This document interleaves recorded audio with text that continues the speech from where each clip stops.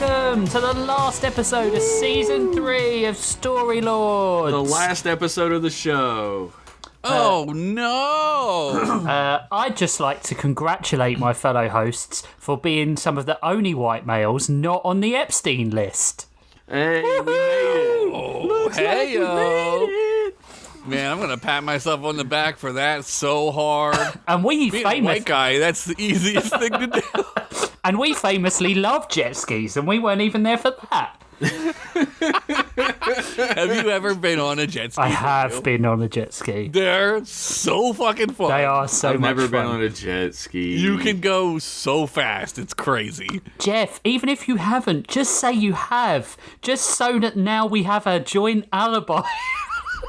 Jeff. Look, there are plenty of people named Jeff in that list, and not one of them is Jeff Pennington. Thank you very much. Jeff, I'm going to take you to an island that rhymes with jet ski. Jet Ski Island. And you're going to ride jet skis. They're open now. Nobody's claiming them. They're good to go. It's true. Just a bunch of derelict jet skis in the middle of the ocean. Floating. Just floating in the middle. Yeah. Oh, what a sad indictment. Sad. Welcome That's to the sad part. Yeah, that's the sad part. These poor jet skis. Welcome, Story Squires, to Storylords, the prompt-based fiction podcast with 2 prompts, 3 stories, and infinite laughter. I am Rich, and with me, as always, is Josh. Hello. And Jeff. Our prompts for this final, last episode of the season were Shores and Paradoxes. Is paradoxes the plural of paradox? Paradoxes. Yeah, I think so. Yeah. That sounds right. So that means... Paradoxes. Hey, Frenchie, quiet. Oh, wee wee. Oh, my wee wee. Yeah, last episode. Who's up first? It's What are you Jeff. guys gonna do after this? Yeah. You guys gonna get super drunk? I'm going to record an Afterlords with 2 idiots. What are you guys going to do? Not that. No, you're recording them with 1 idiot and an excellent person. Who's that? Me, you fucking I've never met this guy. Yeah, I was gonna say I'm not. Who is the excellent guy? Wait, hold on. Not Who's the guy Josh. that's good? It's the guy who's here, even though he should probably be in hospital right now. End of discussion.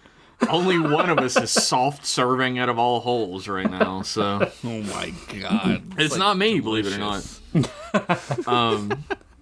I'll start my story now. Yes, please. The title of my story is The 666 Society, Part 6. The Old Monster in the Sea. That's 4 6s. That's one more than the devil. A Frankenstein PI mystery. From the case files of Adam Frankenstein, private investigator, New York, New York, fall 1935, entry 18. As I write this, I'm reminded of an incident from my past. I wanted more than anything to feel the love that I had seen between the family whose barn I had hidden away in and spied upon. I'd been alive for such a short period of time, but all I had faced was rejection and hatred and violence such that I didn't know the world had anything else to offer until that family. I sought out my creator, Victor Frankenstein, the man who would have been my father but had not even deigned to bestow a name upon me. I gave him an Cry me a ultimatum. river, Dankenstein. Yeah, who hasn't gone through this? I gave him an ultimatum in my burning twin emotions of hate and longing, that if he should wish to live, then he would have to repeat his most heinous of sins. He would have to bestow life upon the unliving once again. He would have to make for me a bride. Well, you know how the rest of it went. Tragedy is practically my middle name, even if I barely have a first or last one, depending on who you're asking. Frank and Steen. You have a middle one too. Nigel. But standing on that dock with the sun rising in the distance over the salty haze of the sea, I saw a vision of what my father feared more than anything. Well, to be fair, he was mostly afraid we'd bone and shit out little corpse babies somehow. Which was pretty fucking unscientific of him to begin with. Like, you think my swimmers ain't dead on arrival? My balls had been buried for weeks before he dug them up and satchel strapped them to my mons pubis like a trench medic on opium. What the fuck? But still, Eve cut an imposing figure standing there with a Thompson submachine gun leveled at my gut and a fire burning behind the eyes that threatened to burn me off like a match head. I've waited over 100 years for this baby, and I'm gonna make sure it hurts. Eve growled from between blackened lips and a tense jaw. Her finger wasn't so much resting on the trigger as it was dancing along it in anticipation. I think you don't want to do this, I whispered just loud enough for her to hear me, raising my shredded mitts up to show her I was unarmed and not up to any mischief. You and I both know your real goal hasn't been to hurt me, or you would have already done it. My words lingered in the air like a bad smell for only a moment before she squeezed the trigger. I suddenly felt my guts being chopped up like a can of Fancy Feast from a couple dozen bullets shredding through my midsection. I felt like I was repainting every wall in the joint red lately. Or I could be wrong, I managed to mumble out over the rising blood in my throat that sputtered out of my mouth. I felt the world spinning around me, but held on for dear life this time, knowing pretty well that if I went nighty-night this time around, even for the sake of expediting the story, I wasn't going to be waking up again. You abandoned... I calls it nighty-night like a little baby boy. He's like 3 or 4. That's true. You abandoned me, Adam! She spat out, the thin, wispy trail of smoke from the end of a Tommy gun trailing around her face like a widow's veil. We were literally made for each other, and you didn't even try to save me from that fire. I don't give a fuck if you knew if I was alive yet or not. All it would have taken was a minute to run back into that lab to see if I was intact. You prattle on about your loneliness, but what about mine? Damn, bitch. I'll admit I was having a little trouble balancing listening to her like an attentive fiancé and holding my intestines and stomach from falling out of my gaping wounds, but I was trying my best. That's all you can ask. I was consumed with rage, Eve. I just wanted revenge. Revenge for dangling you in front of me and then destroying you. Revenge for throwing me to the wolves, abandoning me. You were the lucky one and you don't even see it, she said with a sudden grave calm in her voice. She tucked a Tommy gun under her arm and quickly dug in a small attaché purse for a cigarette and a small metal lighter. She slid the cig between her lips, smearing the lipstick on him further on that thing, and then lit its end unceremoniously. You want one? Sure. I don't think them killing me is really the problem anymore. Does he have any lungs left? I returned deadpan. We walked towards each other, but I mostly sort of stumbled and dragged myself while she walked upright and strong. I get the feeling she was reveling in my pain. She placed the cigarette in my mouth and held the lighter up to it. I gave it a few puffs. I'm the lucky one? How do you figure? Her eyes unfocused at the words, as the words formed in her mind to perfectly put me in my place, just long enough for me to lunge forward and elbow her directly in the jaw. God damn! The force was so much as I could muster in my doubly shredded up state, but it must have still been like getting hit by a Mack truck, because she went flying like a fucking discus out over the edge of the dock and into the water. Bullets sprayed as she landed in the freezing ocean and let out a high-pitched, raging scream, but I was already on the move, much as I could be. I spotted a small cabin at the left end of the dock, away from the ships, big enough for a couple people to be inside of at once, directing the sea traffic, I imagined. I hobble-ran over to it, ducked inside with all the valor of Jimmy Fallon when he has to not prop up some kind of fascist dictator by tousling his hair on live fucking TV, which is to say absolutely fucking none. Oh my god. I could hear her splashing around and cursing at the top of her lungs, and figured I didn't have much time to figure out some kind of game plan. First things first, my droopy-ass innards had to be scooped up and put back into place, and I went to work compressing them as well as I could. It took me longer than I'd hoped to find a bunch of scaffold tape, meant for quick fixes to non-essential boat parts, and I wrapped that shit around my torso like I was cosplaying Queen Kafari without the anachronistic Valley Girl accent, but with even more sex appeal somehow. Oh, Of course. yeah. I'll be real. I was mostly dropping in and out of consciousness like your mom on a Friday night at the local Chili's after the Motley Crue cover band all blasted nut in her various holes backstage a couple hours earlier. Motley Screw. Yes, they are playing at the Chili's. Good for them. Bullets started piercing through the wood of the shack just in time to wake my ass back up. Eve was back on the dock for certain at this point, and probably closing in pretty quickly. I darted my eyes around inside the shack and found nothing except for a toolbox and a ball-peen hammer. If you've read any of these journal entries before, you'd know my aim is about as good as my resting heart rate, so this plan must have been my dumbest ever, but I figured, hey, there's power in numbers, right? I unlatched the top and bottom of the toolbox, drew it back over my shoulder, stood back, and chucked it like a fucking long bomb football pass straight down the goddamn line at Eve's head. Call me Al Bundy for that one. You know who fucking Al Bundy is. Paradoxes. Hey, ding. The box flew open almost immediately, and screwdrivers, ratchets, wrenches, sockets, screws, nails, and every other kind of do-it-yourself detritus flew through the air like a cacophonously jangling rusty metal buckshot. Eve stopped shooting just long enough to try and jerk to the side to avoid the onslaught of old shitty Harbor Freight hand-me-downs, but the rain of them crashed down on her like a Tim Allen-approved thunderstrike. Harbor Freight.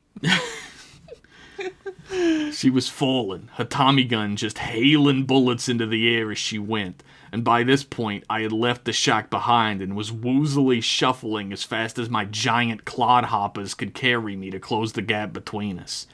She hit the floor about 5 steps before I was on top of her. I pinned her down with one hand and drew back the ball-peen hammer into the air above my head with the other. She looked up at me with shock, disgust, maybe a little bit of horniness, who knows? Who's judging, you know? Either way, I couldn't bring myself to bring it down on her face in that moment. We just sat there, me pinning her down, her hand just out of reach of a Tommy gun, staring at each other and breathing heavily. You just don't have the guts is all. Eve hissed out from between her bloody teeth, having taken at least one big tool to the mouth in a way not unlike your poor mother. Damn. You don't give a flying fuck about me. Stop pretending to make yourself feel human. Eve. Tell me how I'm the lucky one. I groaned back, trying to keep my consciousness as most of my blood was strewn across that godforsaken island by this point, and not swishing around inside my butt and balls and brain and shit where it belonged. What? She swallowed, like your mom likes to do, and gritted her teeth, turning her eyes away from me. You got to rest, you dumb fucking bastard. You got frozen in the Arctic and didn't have to face this horrible, hate-filled shit sack of a world for almost 100 years.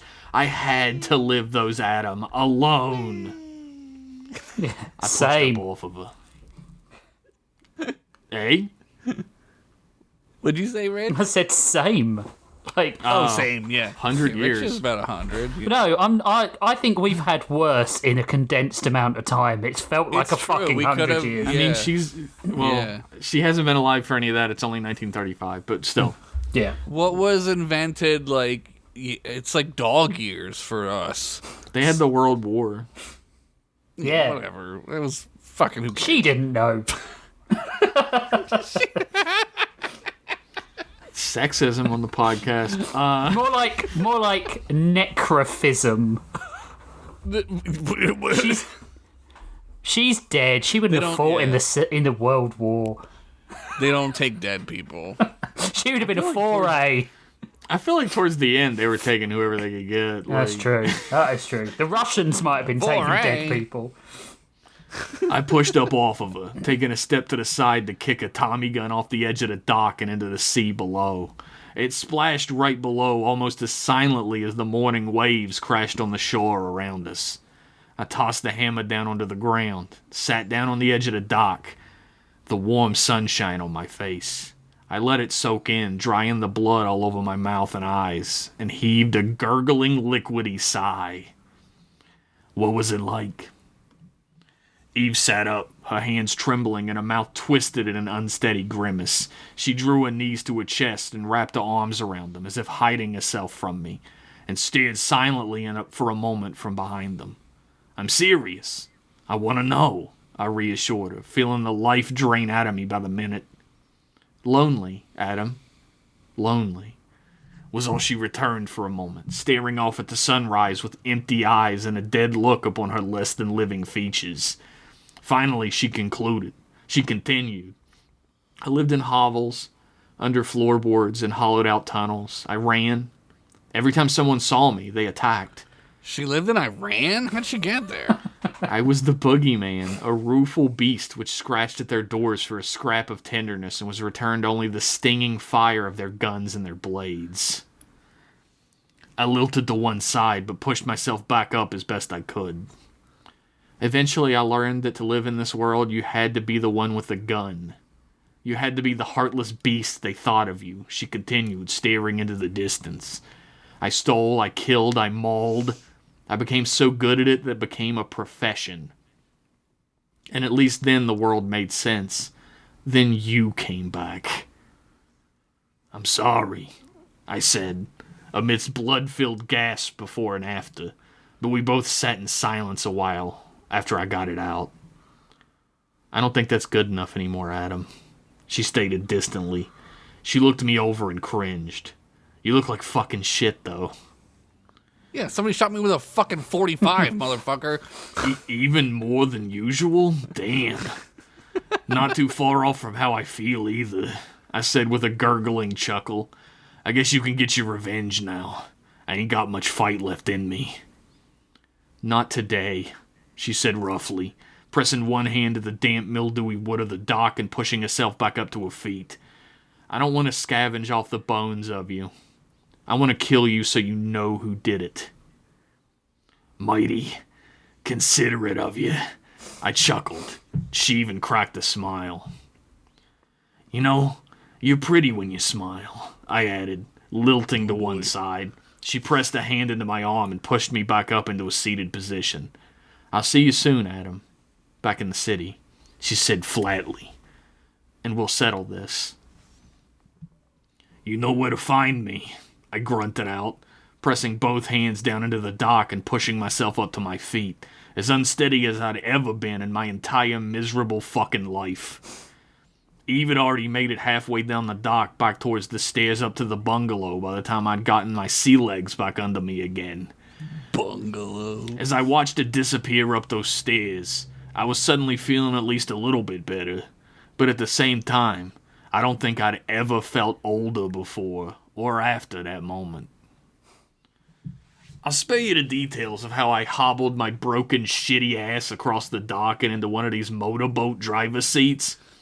I will tell you I didn't find the key in the ignition, which kind of pissed me off after all this fucking shit I had to go through by this point. Like, throw me a fucking bone, you know? Still. Why would they keep them in the ignition? Still, hot wiring it was pretty much exactly like a car, which was probably pretty easy in whatever year this is set. I don't remember. Two things, yeah. Attach the electric wire to the engine and spit on it or whatever. That's how you do it. The engine purred to life, and I almost passed out from the relief. I managed to force myself to stay awake and did the world's shittiest job of pulling it out of the dock and turning it around enough to take off, but managed it all the same. I had so much practice pulling out of your mom that it probably came second nature. It dawned on me in that moment. I had no fucking clue which direction to go.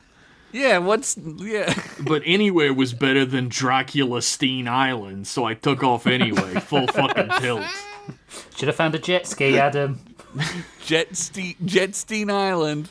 The water rushed by on either side of the boat. It was a freezing cold mist which singed at my wounds, but I was over-fucking-joyed to be on my way out of there. I was driving for about 15 minutes when I finally heard him chuckling.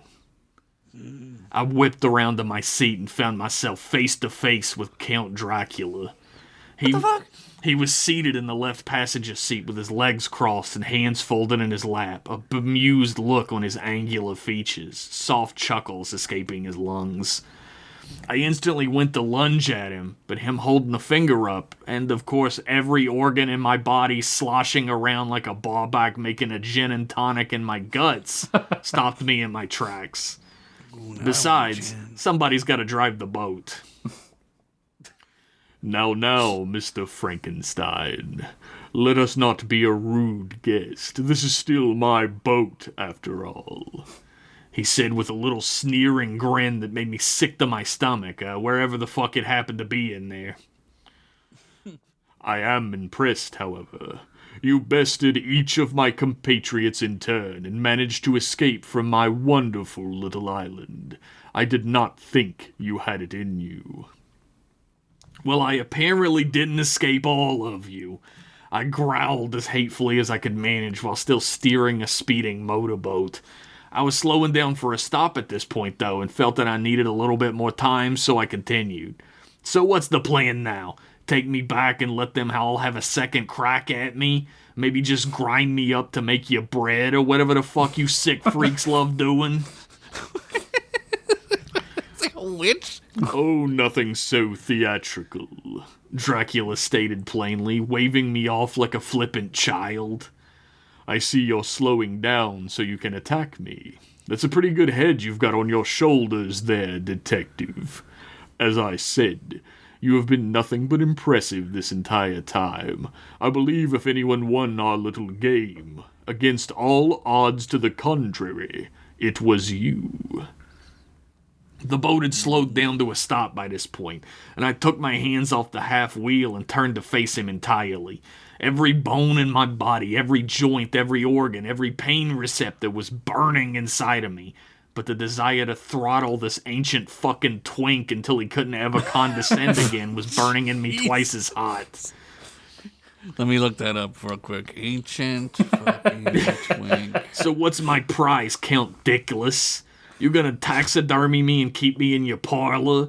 Gonna cast a spell on me to turn me in some kind of sick-ass sex toy for you and your wrinkly old witch fuck buddy? You got plenty of your bullshit magic at your disposal for fucking me up, so what's it gonna be this time? Oh, I don't think magic is the best move at this point, Dracula said sternly, standing up with little labor to his tall, thin, and regal full height. I wanted to stand up and join him for a round or two, but I was kind of still working up to it. He simply drew his hand beneath his jacket and continued. The old ways are not always the best ways, I have learned recently. He withdrew from inside of his jacket pocket an anti-personnel gunpowder grenade straight from the fucking Great War. What the fuck? What the fuck? I managed to get out. Trying to turn on one foot and run away, but mostly stumbling and slipping under my own blood stain I'd leaked onto the floor underneath my seat. What do you get for winning the game? Dracula asked plainly before his lips curled into a wild, sickeningly manic smile, one hand drawing up and yanking the pin from the grenade and ejecting the handle. I award you oblivion. He was gone. Skyrim? Dramatic He was gone ass in a bitch. flash. Please repeat your joke. I'm talking over I it. said dramatic ass bitch. Yeah. It's so fucking true. He was gone in a flash. I couldn't follow how exactly he'd done it, but the grenade landed on the metallic floor of the boat just loud enough to loud enough that the clang reverberated in my ears. I turned and ran towards it. Just a couple steps was all I would have needed. But the blood and seawater had caked onto my boots. I couldn't get the traction. Boom! The end. What the fuck? He's not You're gonna blow him up? dead. R.I.P. Adam. Oh no. There is a simple problem with this conceit in that how'd he fucking write a journal? Paradoxes. He's right. He's right. That is true. Oh my god, that's brilliant. Do you know what I really liked about that? And I'm gonna give you your flowers for this, Jeff. Ooh. You were really good at switching between Adam Frankenstein's reading voice and Adam Frankenstein's gurgly blood Death voice. Yeah. Oh, thank you. It helps Very that my good. throat is like burning on fire in pain, so it's much easier to do that voice than it is the normal one. It was good. It was very good. That was great. I did like the whole them having a conversation. That was quite nice. It wasn't just a I fight. want him to love his wife. Yeah, because like I do too. she's got that cool lightning bolt She on her does. head Yeah. and stuff. Also, she doesn't love him either, so that's the problem, right? He tried to reconcile. It wouldn't work. It wasn't good enough. Sometimes it isn't. Gotta add some recon style to that recon style, you know? But he is dead, so it doesn't matter. Sure. Not dead. Sure. I mean, If you want He is Frankenstein to be alive, dial 1-800-643-ALIVE. If you want him to be dead, dial 1-800-643-2-DEAD. if you want the blue M&M to be the new color I do. of I voted M&M. for that one back then. Yeah. I don't want to say it. I'm going to say something during the break about how Adam Frankenstein could come back. Because you might have already thought of it, so I'm not gonna say it on call. I'm tired of doing the voice. He's dead. I mean, if Frankenstein can just come back, I mean, that's the whole thing. He's Frankenstein. The only thing that they couldn't save was his voice box, so Jeff can do a completely entirely different voice. I just started watching Solar Opposites, and when they fired Justin Roiland, they have the character get hit in the throat with a dart. That's why his voice is different. That's really good. So good. It is so genius. It's fucking funny. What a way to end your season. Yeah, what a way to end my Adam Frankenstein character. The most He's really being beloved interesting character. about this. Yeah, it's being too cocksure here. He's really, yeah. You're overselling it, Yeah. Adam. I mean, Jeff. He went into hiding and pretended to be a writer for a shitty podcast. And I never saw him again. That explains when I met Jeff the neck bolts. I'm very sensitive about them. When you see pictures of Crystal from one side, she's got a lightning bolt in her hair. No. And you're like, It's all falling into place. I knew it. Ah, right. Let's go. That's one whole third of the season done. What are you going to do? Can you contain your emotions, your excitement? Well, you're going to have to because it's a break. Bye.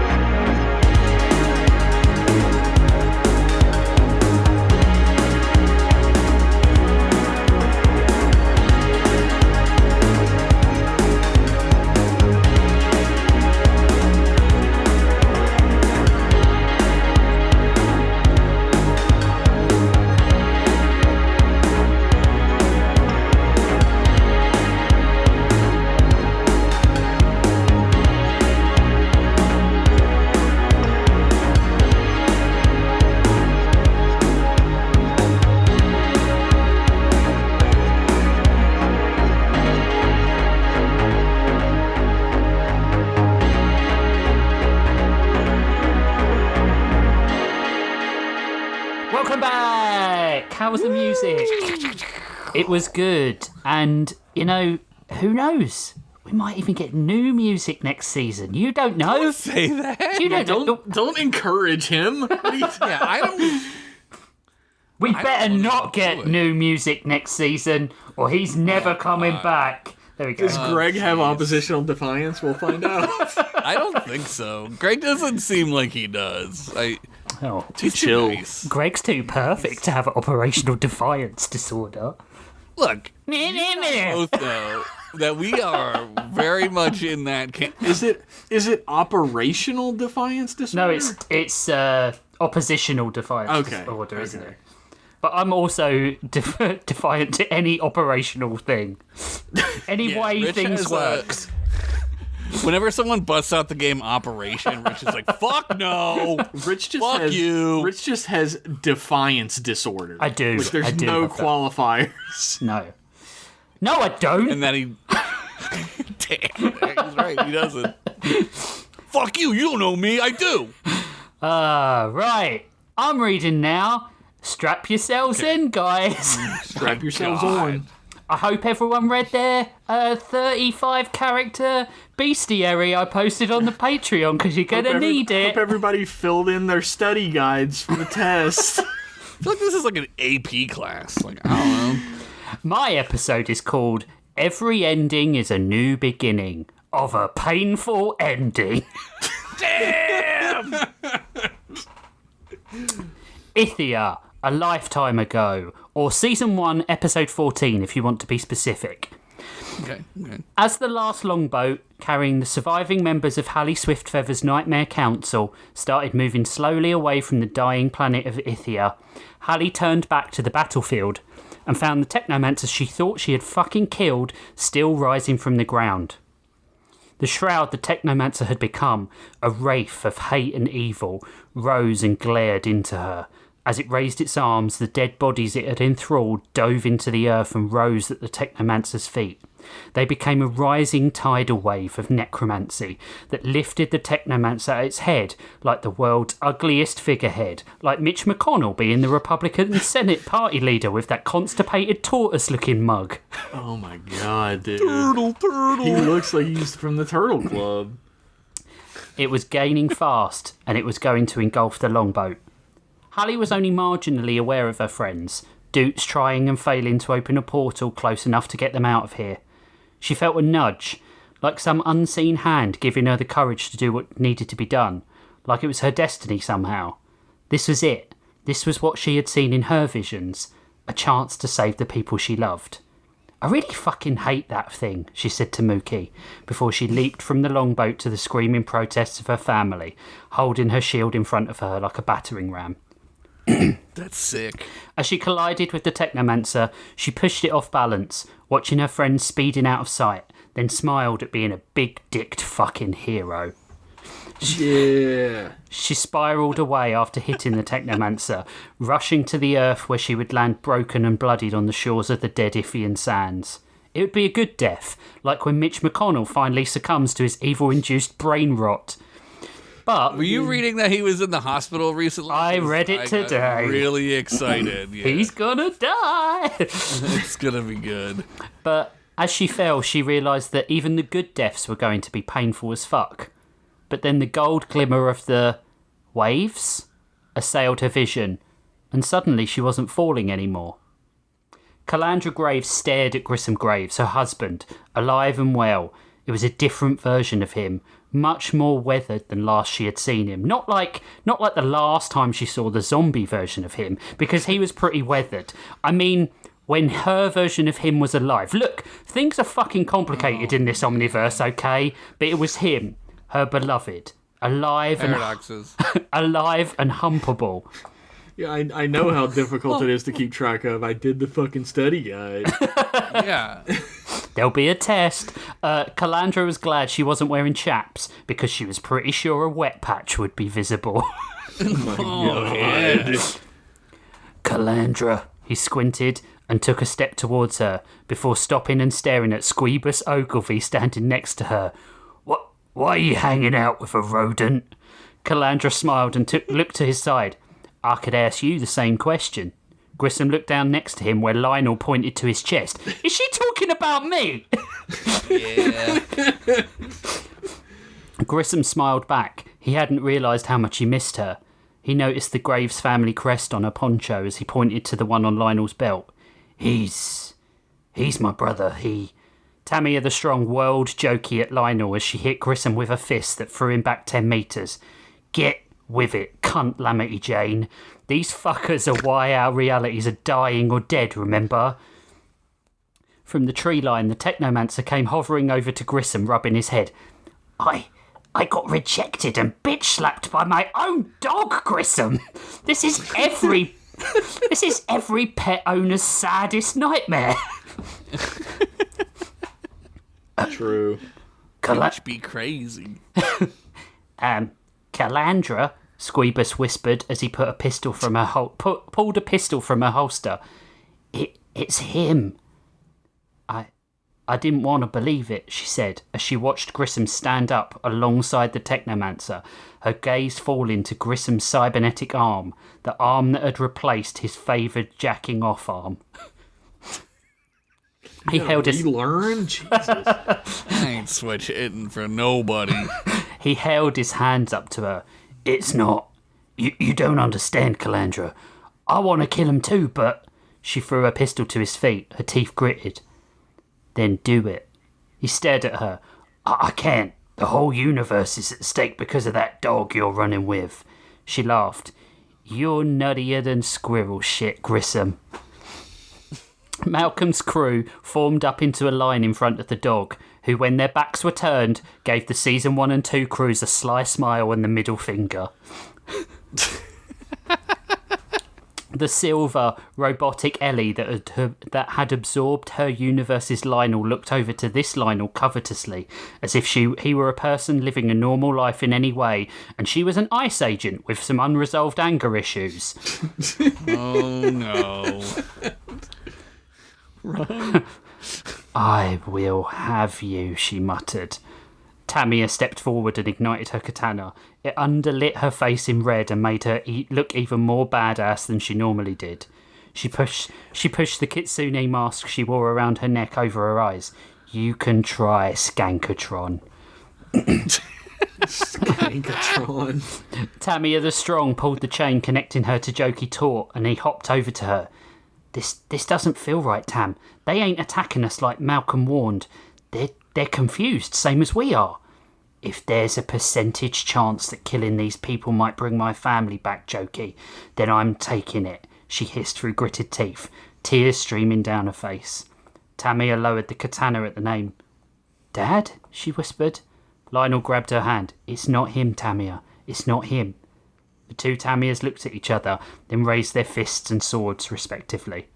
Dr. Tabor's parasite was breathing hard, its thick tongue and sharp teeth. All right, okay, just imagine Venom without the shit parts, okay? Ready for war. Stoker squared up to the Darkling, the two equal in size, and spat on the floor in front of him. Ludwig Squidlord poked Tabor where his ribs would be if he had them, and wasn't a weird Darkling. Why didn't you do anything that intimidating in our battling days, Tabor? Tabor gave his friend a look. Says the scary discount seafood appetizer in a waistcoat, he laughed. How about this? He morphed himself into a giant middle finger and waved it in Venom Light's direction. Fucking so intimidating. Damn, we got him. To one side, Bradley Atchie proved he wasn't your typical New York police officer and didn't just reach for his gun. Instead, he gripped Doots's arm. Wow. He gripped Doots's arm and looked at her as if she were a life preserver and he was in the middle of an ocean of shit. Doots, what the fuck is happening here? They're like funhouse mirror reflections of your friends. Before she could answer, Madame Celestia next to her grabbed her head and shrank to the floor in a scream. Her mind was assailed with flashes of death, of blood, of the end of all that was. Doots pulled her to her feet desperately. Mooks, I know you're in there somewhere. What did you see? We can't win, Doots, Celestia was crying, her eyes wetter than Sydney Sweeney watching a Nazi recruitment film. I I don't know how I feel about that. There's no future for us here. Doots looked around, at her family, her friends, at everything she had sacrificed everything to protect. Fuck it, she whispered, before opening a portal and jumping straight through, leaving Brad and Celestia to just stare at each other in shock, brought here and abandoned by Doots. The fuck? Captain Barthor and his crew of Ocean's 11's rejects, Hallie Swiftfeather, Rhea Grey and Ludwig Humboldt, exited through the portal to the rear of the lodge, having been given quite specific instructions by their dog, Saviour. There was just one problem, though. It smelt fishier than seafood taco night at that strip club down by the docks called the Salty Dog. Such an evocative scene, isn't it? It smelled fishier than Sydney Sweeney watching a Nazi recruitment video. And dog was spelled D-A-W-G, so you know they hadn't got any standards. Dog. What are we doing here, boss? Rhea Grey's hulking jelly form sauntered behind him. This isn't our fight at all. Saving my boy wasn't your fight either, Barthor muttered. Something brushed his shoulder and he turned to find Swiftfeather's hand there. She was smiling in that annoyingly human way she had. Yes, it was, Cap. Your fights are our fight. Rhea put a giant hand on hers, and then they all looked at Humboldt, who sighed and placed a tentacle on top of the pile. All right, we did the emotions thing. That'll help us survive this shit show. Yay, us. All right, our fight is yours, unless it's a fight against diabetes, then it's a boat only you can row. Rude? God damn. Damn, right? Barthor smiled despite himself. We couldn't have saved my boy, I know that now. He was gone before we even got there. But this dog arriving just at the right place and right time, manipulating us to search this lodge for this kid Kellen, that itself seems as honest as an ICE agent's deposition.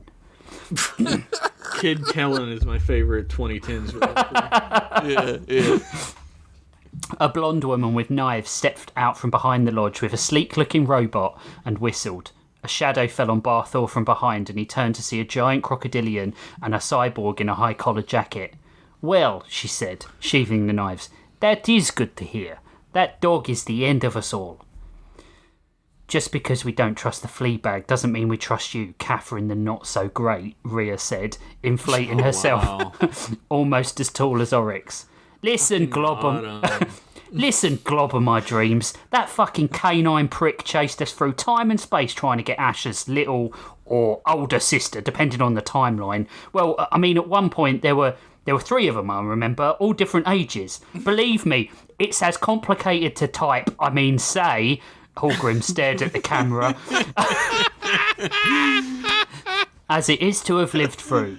Swiftfeather crossed her arms. Look. We're not going to be swayed by words. We've been lied to before. It cost us our comrades. Some of us our family. She turned to Barthor.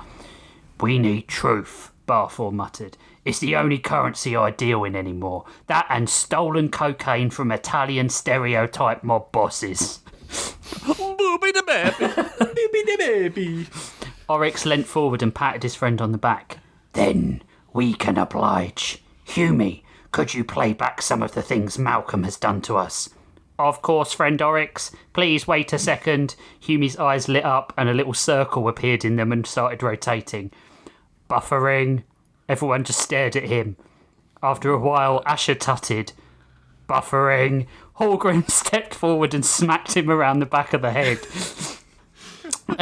Hughie juddered and then projected a hologram between the group of Malcolm. He was attacking them with alternate versions of themselves. Bad dog, Ludwig sneered. Aknakoom saw the glimmer of gold reflected in the axe she pulled out of the snowy stump, but didn't move. She had been expecting this for months now, when the god of wounds had deserted her in the snow and taken her son's name, threatening to kill all life in a billion worlds and leave her last. But that four-legged son of a bitch just wouldn't have left her to live. She was going to die, that much was clear, but she would hopefully chance her arm at a neutering all the same. She coughed and brought the tissue to her mouth, drawing it away red with blood. You're not going to get that through this hide with that wood chopper. Duke said, "I've been doing so many squats lately that the seams on the seat of this doublet can barely hold it anymore." Oh my god. Akna, she really is perfect. Akna turned to find a woman of gold, as shimmering as the water at sunrise. She almost gasped, but kept her face neutral. "You don't fool..." Not to hyper interrupt. What is this character's name? Akna Coombe. She's the woman from the God of Wounds story. You know, the Malcolm origin. She's a dog. Yeah. She is not in your lineup of characters that you She's wrote. not. She's not.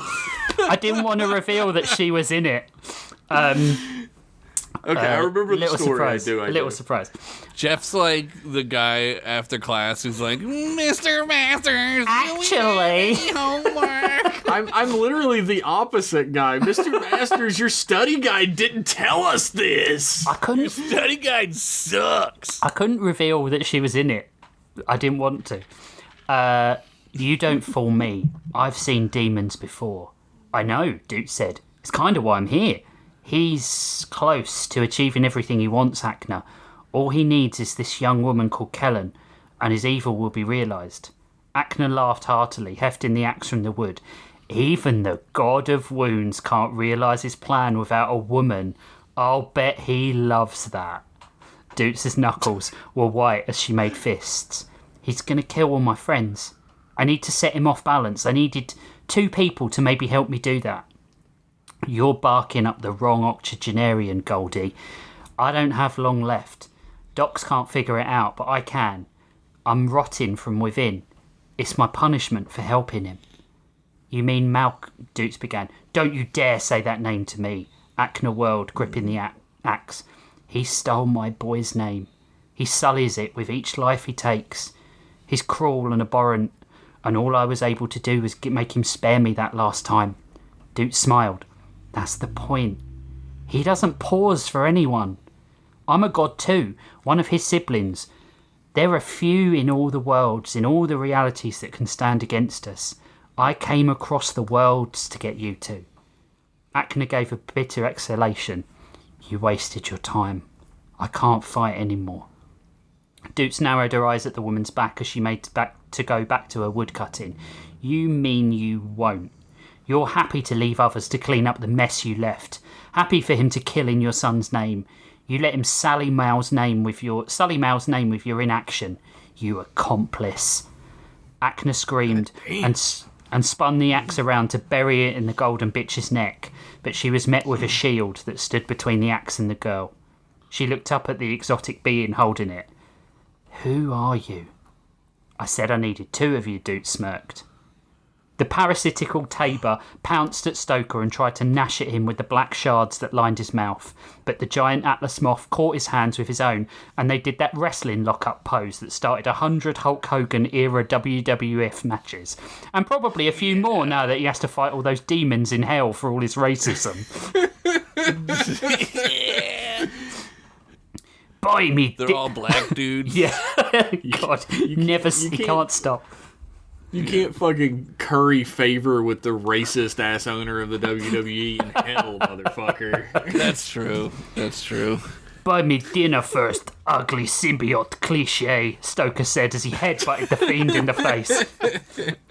Don't you eat trash, mate. What's he gonna do? Buy you a fucking scrapyard? Tabor stretched out from Stoker's shadow and wrapped the alien's legs together with his form, as if he were a snowspeeder taking down an AT-AT. What? You want more cogent descriptions? I'm trying to tie up a season here, all right? Do you see me doing fluid prose right now? Do you see me doing your mother jokes? No. Cope. You've only got a little bit left. Just cope with it. Coping started. I've begun coping, you're right. The alien looked down at Tabor. It was like looking at his own reflection. Tabor and the alien screamed in synchronous agony. Ah! Time cop physics, Tabor yelled. As the alien sloughed away from his host, a nerdy little doctor. The alien and Tabor merged into a ball of darkness that morphed and hissed as it fell to the floor, rolling and pulsing like a cartoon cloud when 2 Looney Tunes characters fight. Dr. Tabor stared at the giant moth, then out at the chaos that was surrounding him, almost in a daze. The dog sacrificed a whole planet to that thing that was inside me. Stoker narrowed his eyes. That thing made you do all the killing? You are innocent pawn in all this? Well, Dr. Tabor swallowed. It's not that simple, you see. My past self was responsible. Stoker snapped Sean Tabor's neck instantly, dropping his corpse. Whoa! That's a patron! Dropping his corpse to the floor. Yes, great. Isn't that always the case? I hope you find redemption in next life. He knelt down to the writhing ball of dark matter. Don't worry, there's another Tabor. He knelt down to the writhing ball of dark matter. Spikes and tendrils shot from it randomly, a sign of the battle happening within, because I don't really want to be subtle. Come on, Dark One. Come on, Dark One. We did not come all the way through 3 seasons for you to die to rip-off of inexplicably popular 90s comic book character. Inexplicably is true. Mm-hmm. Even young me, I don't know. Yeah. Tabor suddenly rose back into his form, though bigger, more humanoid. He was so sad, so desperate to be accepted. It was like sharing an elevator with Elon Musk. Fuck that guy. As Squeebus launched himself at Grissom's face, Ludwig Squidlord pulled a grenade painted to look like a small piece of cheese from his waistcoat and threw it between them. What the fuck is with the grenades? Squeebus changed direction in midair and floated off after it. Calandra grabbed his stupid ass tail and kicked the grenade away where it detonated harmlessly. Don't be a jackass, she said as she threw Squeebus at the Krakenite and they tussled on the floor, all tentacles and fleas. Ew. Fate is cruel, Grissom. I've lost you to 2 technomancers now. I ain't working with him out of choice, Grissom growled. He destroyed our world, scattered us all. Hell, he raised Emma from the dead to manipulate me. Calandra and he started circling each other, hands on pistols. She looked sad at his admission. If it helps, on our world he's safe. He's the only Duke apart from me that's still breathing, courtesy of his manipulation. She pointed to the Technomancer, who was locked in battle with Malcolm. Look, I ain't in love with that homage to 80s cartoon villainy, but his sister is one of the best beings to ever walk this crud hole of a universe, and she says we need him to fight Fleabag over there, Grissom said. Looks like the manipulation ain't finished then, Calandra said as she raised her pistol. You're being played by something worse, Grissom said, laying the pistol she had passed him down at his feet. I'm done fighting other people's battles for them, Cal, and I'm done losing people I love. You want to shoot me? Then go right ahead.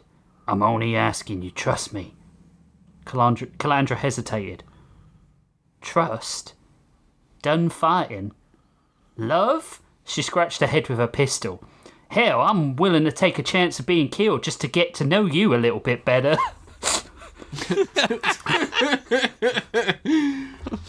I've heard that before. My name is Ellie, the metallic hottie said as she smiled manically, her head twisting. I can be anything you want me to be, Lionel. She cycled through a who's who of actors, influencers and models who topped the sexiest lists. Karen Fukuhara morphed into Alexandra Daddario, then into Kerry Washington, then into my wife Rachel. No, you're telling on yourself.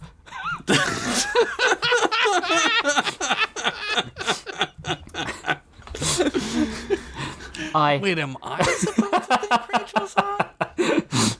I'm confused. I lost you once, but you will be mine, Lionel. I'm going to wear you like a latex suit. Well. Oh, that's hot. Well, you're That's sort of the opposite of what I want to happen, really. Well, you're so basic I could drop you in a puddle of acid and make it pH neutral, couldn't I? Lionel. Oh my god. Lionel pushed his coat back and sat cross-legged on the floor. She eyed the Dukes of Lead's pistols at his belt that had once been M.F. Graves. I'm not really much of a fighter anymore, Ellie. But let's unpack what you said now, shall we? I knew a person like you once. She was wonderful, and I miss her every day. She had the entirety of the Star Trek franchise backed up on her brain for me, and she was really funny. Ellie narrowed her eyes. You were friends. You weren't in love. You didn't need each other desperately. She ran her hands down her body suggestively. That's two separate questions, really. We needed each other to survive for a really long time, and she was my best friend. But we didn't love each other in the way you mean.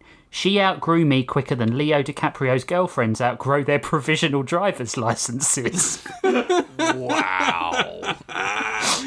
Got him. Wow. And you can outgrow me just the same. Ellie sat down sadly. I don't know what you mean. How will I have worth if it isn't in others' eyes? Lionel's spine straightened and he grimaced as if he'd been struck. He put a hand out and she took it. Ellie, how can you have worth at all if you don't see it only comes from you? Ellie's head twitched as if her programming had been somehow changed, as if realising something critical. She stood, then turned towards Malcolm, her eyes glowing red. Tamia jumped as Tam the Strong brought a double axe handle to the ground, shaking the stones from the very earth. Wow, I always really wanted to know what I'd have been like if I took steroids.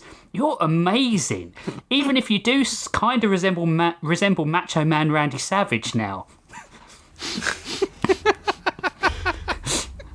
You leave her alone, Jokey screamed as he ran at Tamia, holding the chain low as if to trip her, but she cartwheeled and hit him on the back of the head with the hilt of the sword.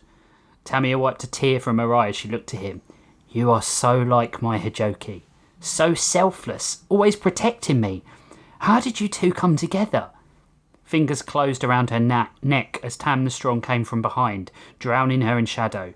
Jokey came running to her. Tam, stop! Something ain't right here. She could have killed me back there, but she didn't. Tam grabbed Jokey and wrapped him around Tamia, the chain tightening around the ninja's neck. You probably didn't even deserve him, demon. You all live in harmony here, while our families, our universes were stolen away.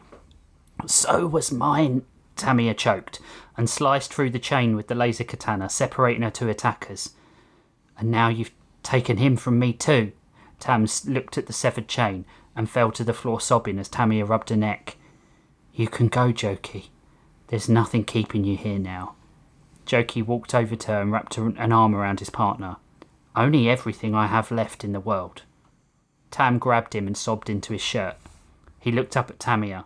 Malcolm told us you charged the curators with kidnapping us and destroying our worlds. That's not true, is it? Tamia put the sword away. I swear to you both, even if I understood what the hell you were talking about, it isn't true. I swear on the spirit of my father, Hijoki, on my husband, Lionel, on our children. Tam looked up and grabbed her hand. You have children? Yeah, our oldest, Drayless. Lionel wanted to call our boy Jean-Luc, and Celia, named for... Tam hung her head. Our mother. I named my daughter Celia too, she sobbed. I'm so sorry. Don't be, Tamia said, kneeling to join them both. If I lost those little goobers, I'd go all in on my bod and swear bloody vengeance too. Want to help me kill a dog?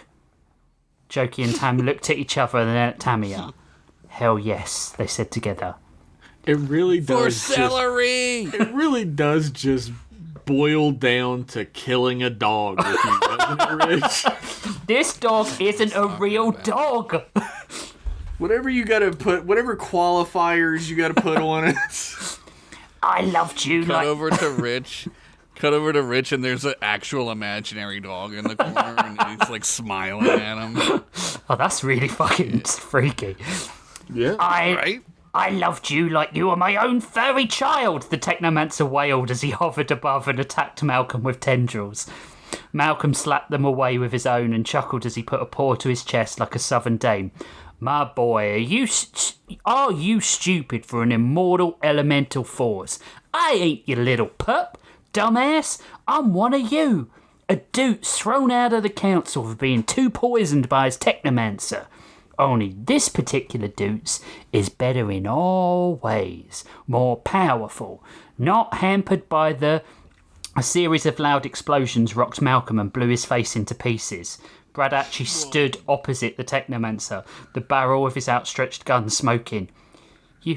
You old yell at him, Celestia said next to him, her hand over her mouth.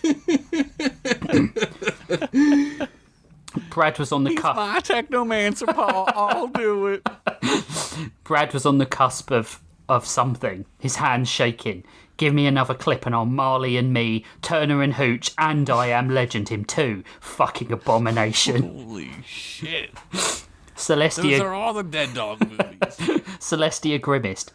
I Am Legend? Oh boy, that film was so bad that the dog was probably glad of the bullet. Oh. That's true, though. Fucking hell, Rich. He loves the dead dog. Malcolm's head was a stump that ended at the neck, but started reforming in small lumps like a growing coil of dog poop. Dog, damn it, you messed up my do. You know how much hair gel I have to use to get my fur into that mohawk? He looked around to find that all the people that he had brought, as well as the menagerie of characters the author had somehow written and managed to keep alive this whole time, surrounding him. What are y'all doing? You're not supposed to be holding hands and singing Kumbaya. You're supposed to be fighting to the death. If a brain-eating amoeba infected y'all, it would starve to death. Calandra lifted her pistols. You lied to us, Malcolm. Tell us the truth now. Oh, fiddlesticks, he said. Fine, I can do a good villain monologue now and then. I needed you to get these do-gooders out of the way, so I could find little Kellen and remake this whole universe in my image. That woman has the power to wipe all this away and start again. All she'd be needing is a little old helping tentacle. Shame your lies were as transparent as a single-ply toilet paper cleaning up a bukkake, Hallgrim laughed. Wow. Somebody did not prepare for the bukkake. Kellen fought you once. She can do so again, Hume added, and maybe with other humorous characters to help her. Hey, we're all pitching for work next season, Robocock. Put a sock in it, Tabor said. Hey, I find that insult offensive, Tamia laughed. I really want to go home, said Madame Celestia, shaking her head at a small squid standing next to her. He tipped an imaginary hat to her. Madam... Existential horror. Just, what the fuck? The Technomancer floated towards Malcolm as the dog bent down low, baring his teeth. Look, little buddy, I know what it's like to want these people dead. I, myself, have tried and failed through countless worlds to dismember and kill them. Hell, I even succeeded with, like, Hallie and Ellie and Hijoki and Barthor and Rhea Grey and Heath from the Season 1 cast, and everyone's being super chill about that. Lionel could see Tamia, Ludwig and Tabor want to step forward and gut the bastard, but he held an arm out in front of them. Could someone else talk, please? The Technomancer spun to Lionel. Wait. Hear me out. But I realised, Lionel, that it wasn't really my fault. I was fated to do that by our father, by destiny. And now I know I'm so much capable of more. I'm trying to change, to help these realities heal and grow. And Malcolm, you can do it too. The Technomancer looked down as he heard a ripping noise. Sharp tendrils of black slid through his body and then pulled him violently in two. His torso landed by the crew. Beam me up, God, he said, before his eyes went dark and his head sank to the floor. Just like Kirk went out. Beam me up, God. Do you idiots remember why you needed him alive in the first place? Malcolm sneered, covered in blood and what looked like engine oil. It was the balance of the golden timeline. You can't have just a Dutes or a Technomancer, idiots. You need both.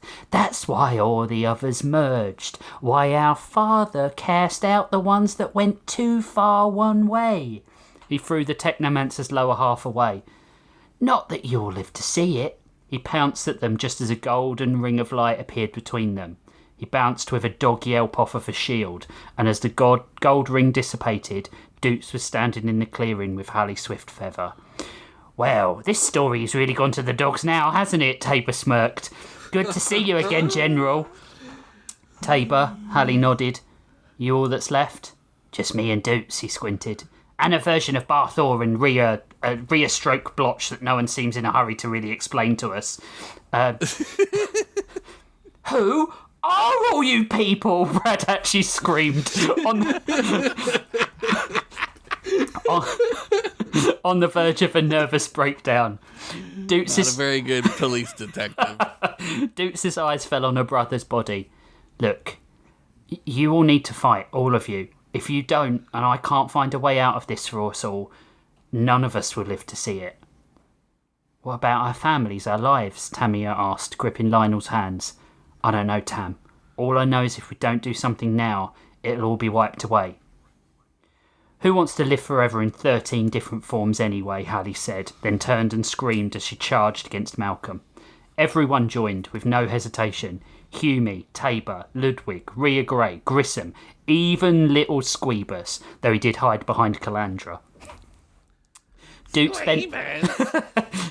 bent down in the sand next to the Technomancer, who was being slowly pulled out by the tide as the sounds of battle fell around her. Tamia the Strong flying back over her head and smashing into the lodge. She grabbed her brother's hand. You can stop pretending, you twat. His eyes flickered back to life. I wanted to inspire them. Did it work? He looked over her shoulder at the battle as Rhea Grey was being used by Malcolm as a flail. It did work. They do love me. No, I brought back Hallie Swiftfeather. It's a bit of a paradox, but I did want some gravitas. The Technomancer shrank down. She didn't see me, did she? That woman doesn't like me very much. It's time, Technomancer. It's time to do what we planned. He looked up into her eyes as she cradled his half-form. This was it. The end of Season 3. Oh, come on now. Holy shit. Call me Timmy. Grissom fired a volley of shots from one side as Calandra did the same from the other. Hume turned himself into a t-shirt cannon that Tabor climbed into and fired him as a giant net that wrapped itself around Malcolm. Oryx and Tamia hit him with fists and sword. Asher threw knives as Barthor brought Sawn-Off out and unloaded. Ludwig threw grenades as Lionel used MF's pistols. Squeebus climbed on Malcolm and bit him, all working as one, as if they knew what each other was thinking. As Ludwig Humboldt programmed a turret to hit him with plasma, and Hallgrim uploaded all his torrent malware into Malcolm, Hallie deflected a ray of Ellie's energy with her shield Steve towards Malcolm to melt him to slag. They stood back, the dust and smoke gradually settling. Nothing. Malcolm stood, shaking off the inconvenience. He made his skin white hot and burned Tabor instantly to a crisp, then pulled Squeebus from his back and bit his head clean off. What the fuck, Squeebus? Squeebus? What? Screams. Merchandising! Screams. Cries. Then more fighting. We've got to reset. The whole thing, Timmy.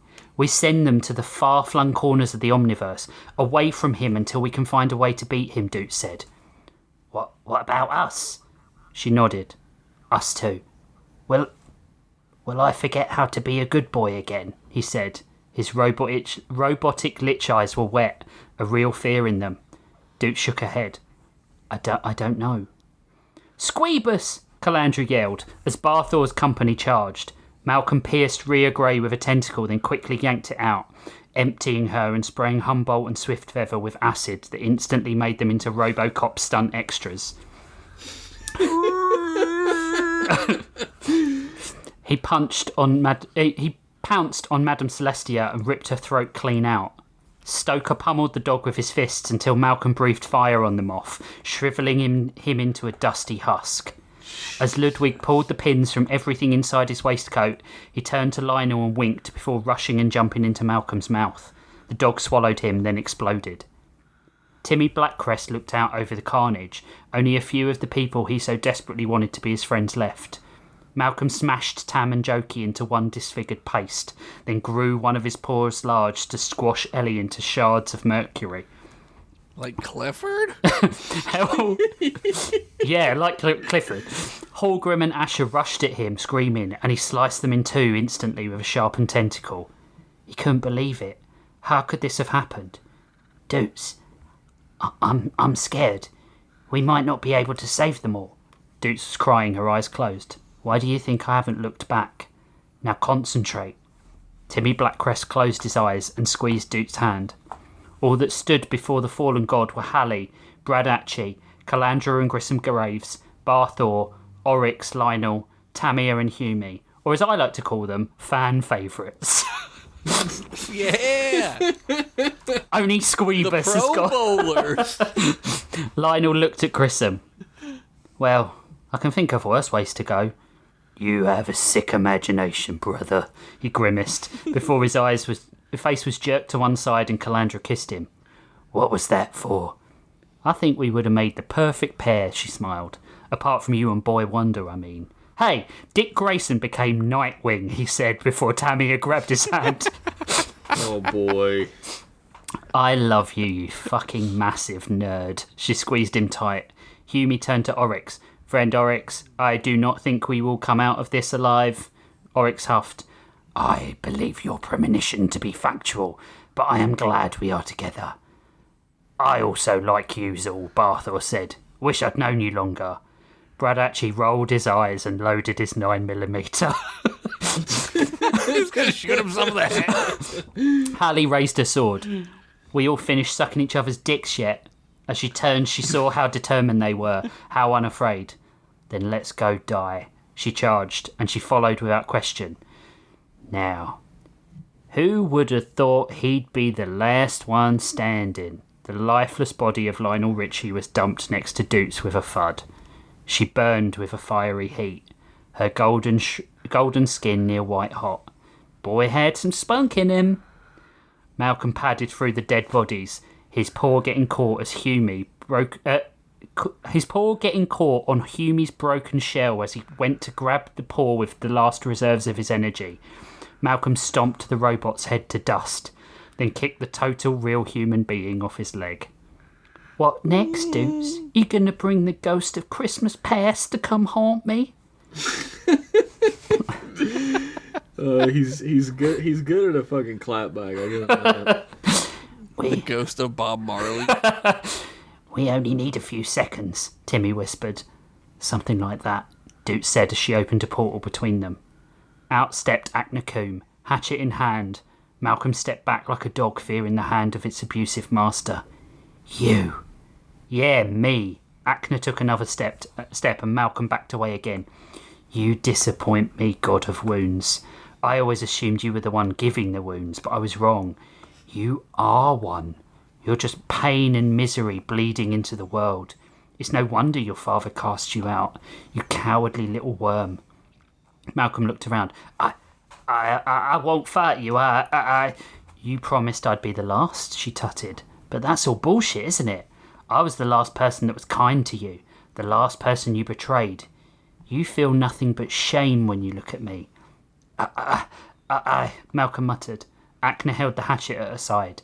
I showed you kindness, what life could offer you. The people who hurt you were scared, so you tried to make everyone else feel that fear. She hunkered down, brought the hatchet up. Well, these people you killed weren't scared, and neither am I. She brought the hatchet down into his face, splitting his skull in two. His howl morphed into an unearthly scream and his tentacles pierced her torso and pinned her to the ground. You know nothing, mortal, he spat. I know that you aren't good at telling when you're being distracted, you fucking moron, she sneered through blood that poured from her mouth. Malcolm looked up as Doots and Timmy were glowing white. He lunged, but couldn't reach them as a wave emanated from them and wiped everything clear. Doodles, Timmy Blackcrest said.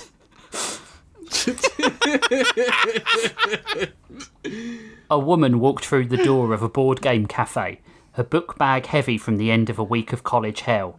She dumped it in a booth and looked around at the empty shop. She knew this was a mistake, no one else was coming. She was just about to get up when someone slid into the booth and sat opposite her. They were all doughy-eyed and smiley. It'll take a while. The group are usually late, they said. What's your name? The woman put out a hand. Kellen Miller. The other took it enthusiastically, shaking hard. I'm Michaela Keynes. My friends call me Mookie. The end. What? Huh? Yup. What the fuck have you done? There's so many characters. And all of them are dead. All of them are dead, and your fucking list of characters didn't even cover all of them. It didn't. What? It didn't. What am I gonna do now? You're gonna wait. Oh. My only weakness, patience. I don't believe any of them are dead, actually. Well, I don't either, because you said that Frankenstein was dead, and you guys are just filthy fucking liars on this show. He is dead, though. Frankenstein is dead. Okay. Everyone's like, he's dead because he's a friend. They're like yelling at me. He already said that, everybody. He said that during the break. They were like, he's not really dead, right? And I was like, yes, he is. He was like, that's because he's been dead the whole time. He's a Frankenstein. Yeah. Man. So are they doing like a board game season? Is that what's happening next? I don't know. Are they doing like a? Is this like the Omniverse, A Different World? Like the spin-off starring the daughter going to college? I don't know if Rich knows what that show is. Probably not. I don't. You don't know Dwayne Wayne? It's a classic here. No. It's classic here, but I don't know if I would I'm call glad it it's a good. classic. Dukes. I mean, it's no what's happening, so. Dukes True. did say what the plan was. She had to send them all away to different parts of the Omniverse Just to to spread 'em hide out, yeah. and wait until they had a plan. And as we know, when it comes to science fiction and action stories, hiding from the villain always works. It always Especially works. in horror movies. He never Super finds works. Speaking of Alexandria Deuterino, Yeah, she's good in I that just film. was thinking about it. Alexandria Deuterino, fucking Kel Mitchell's favorite actress.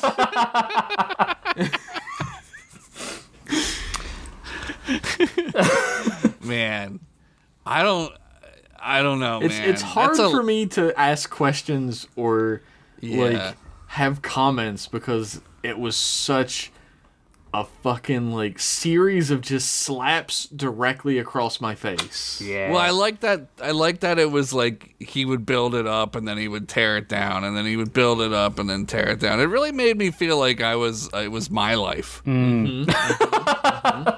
I was thinking that. This is a lot like Josh's life. This is exactly how Josh's life is. But With the talking dog and all that.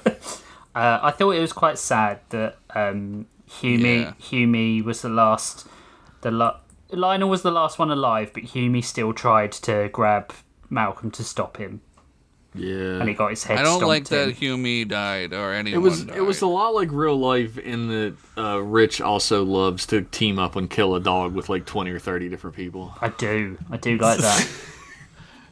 I'm going to He keep does have saying that- it until it becomes canon to the real experience of Rich Masters. I mean, he does have that fox hunting in his blood. That's true. Like, they blow the and then they just run after a fox or something. I don't really know how it Yeah. works. I the do dogs hate run after the canines. fox. They just sit on a fucking horse and watch. And they're like, "This is hunting, yes." And that's what I'm doing here. I'm watching my creations kill a dog. It's true. It's true. Well, to everyone out there who was worried that a dog was going to get killed, you're good. Don't worry. You're gonna have to wait. He's not Till even. next season. He's not even really a dog, and he might not I have that get form anymore. Somehow I got that from the story. His when Acna split his face open, he had a different voice. He's Oh, like yeah. it, right? Yeah. He's like it. He's got different forms. Yeah, He's like the big turtle. yeah. He's going to come as a big spider in the last scene. And He's it's like going the to ruin big everything. turtle that holds up the world. They're all gonna have to fuck each other to make him not be there or something. I don't really. Don't give I away. don't think Don't that give has away anything all to my do with him. ideas. I I haven't read that book since I was too young to be reading that book, but I don't think that scene even has anything to do with him. No, it doesn't. It's about finding their way out of the sewers. Oh, they have to, like, concentrate, right? Yeah. To get, like, their joint energy. magical force or something. Yeah.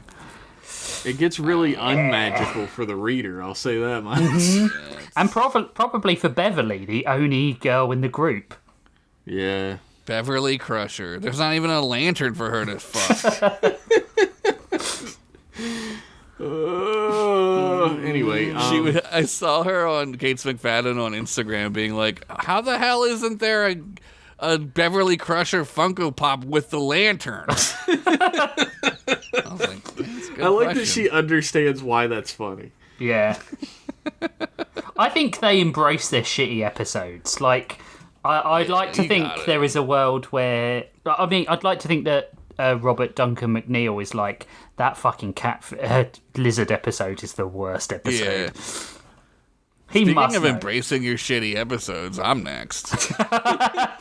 Well, let's go at Warp 10 to a break so we can all come back as Catfish and listen to it. Who do I impregnate? Neither of you are the captain. Oh, you could try with me. I mean, maybe this time it'll work. We'll see you in a second.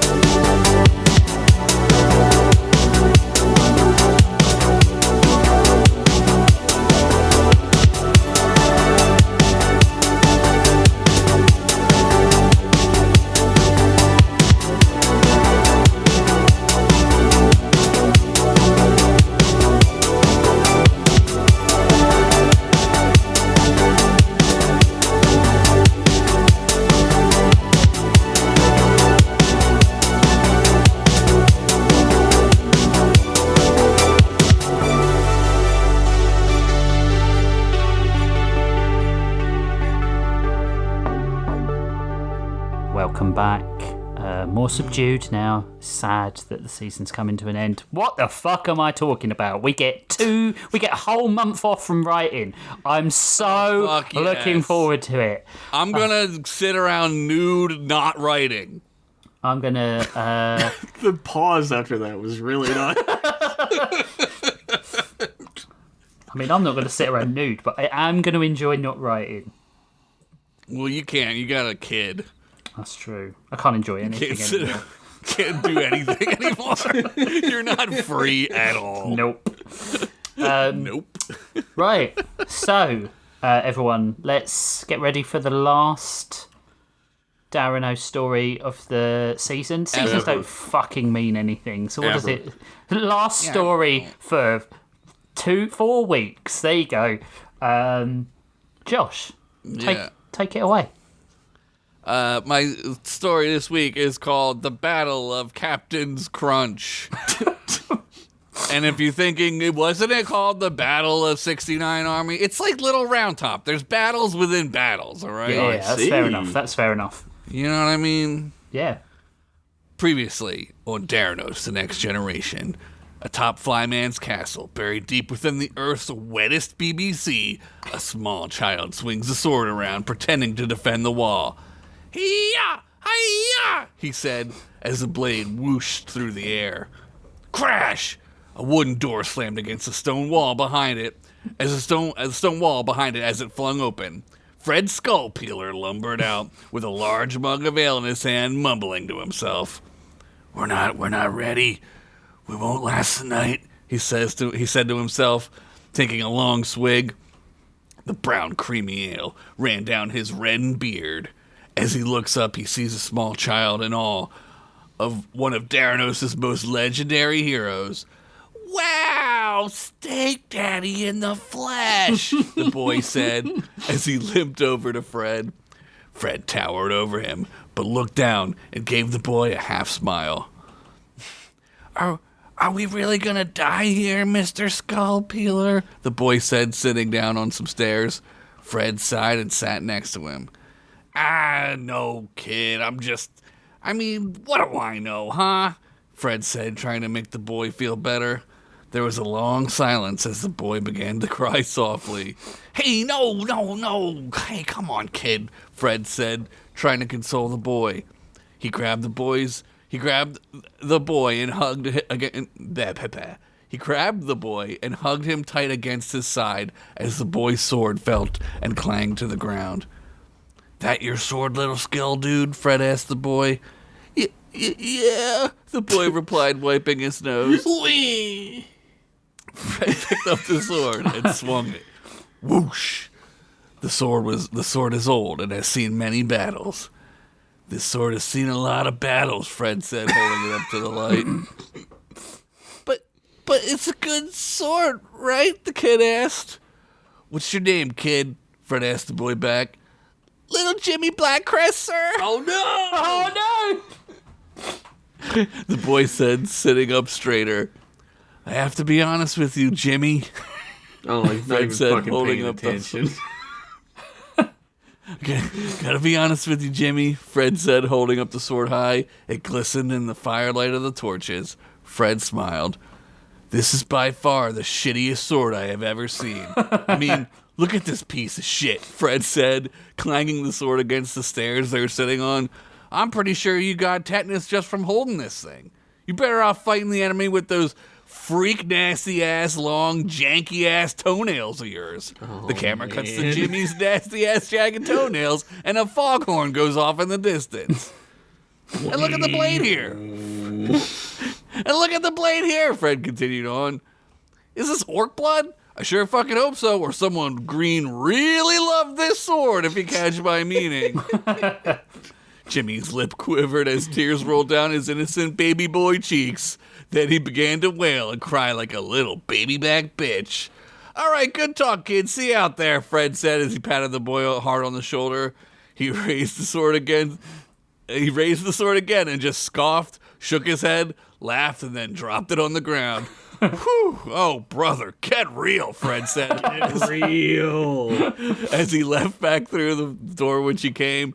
Now the conclusion of season whatever of this show we're on. Nothing matters. And every month is a painful year. Like I'm stuck inside of some kind of hyperbaric time chamber. Except I can't turn in Super Saiyan 2.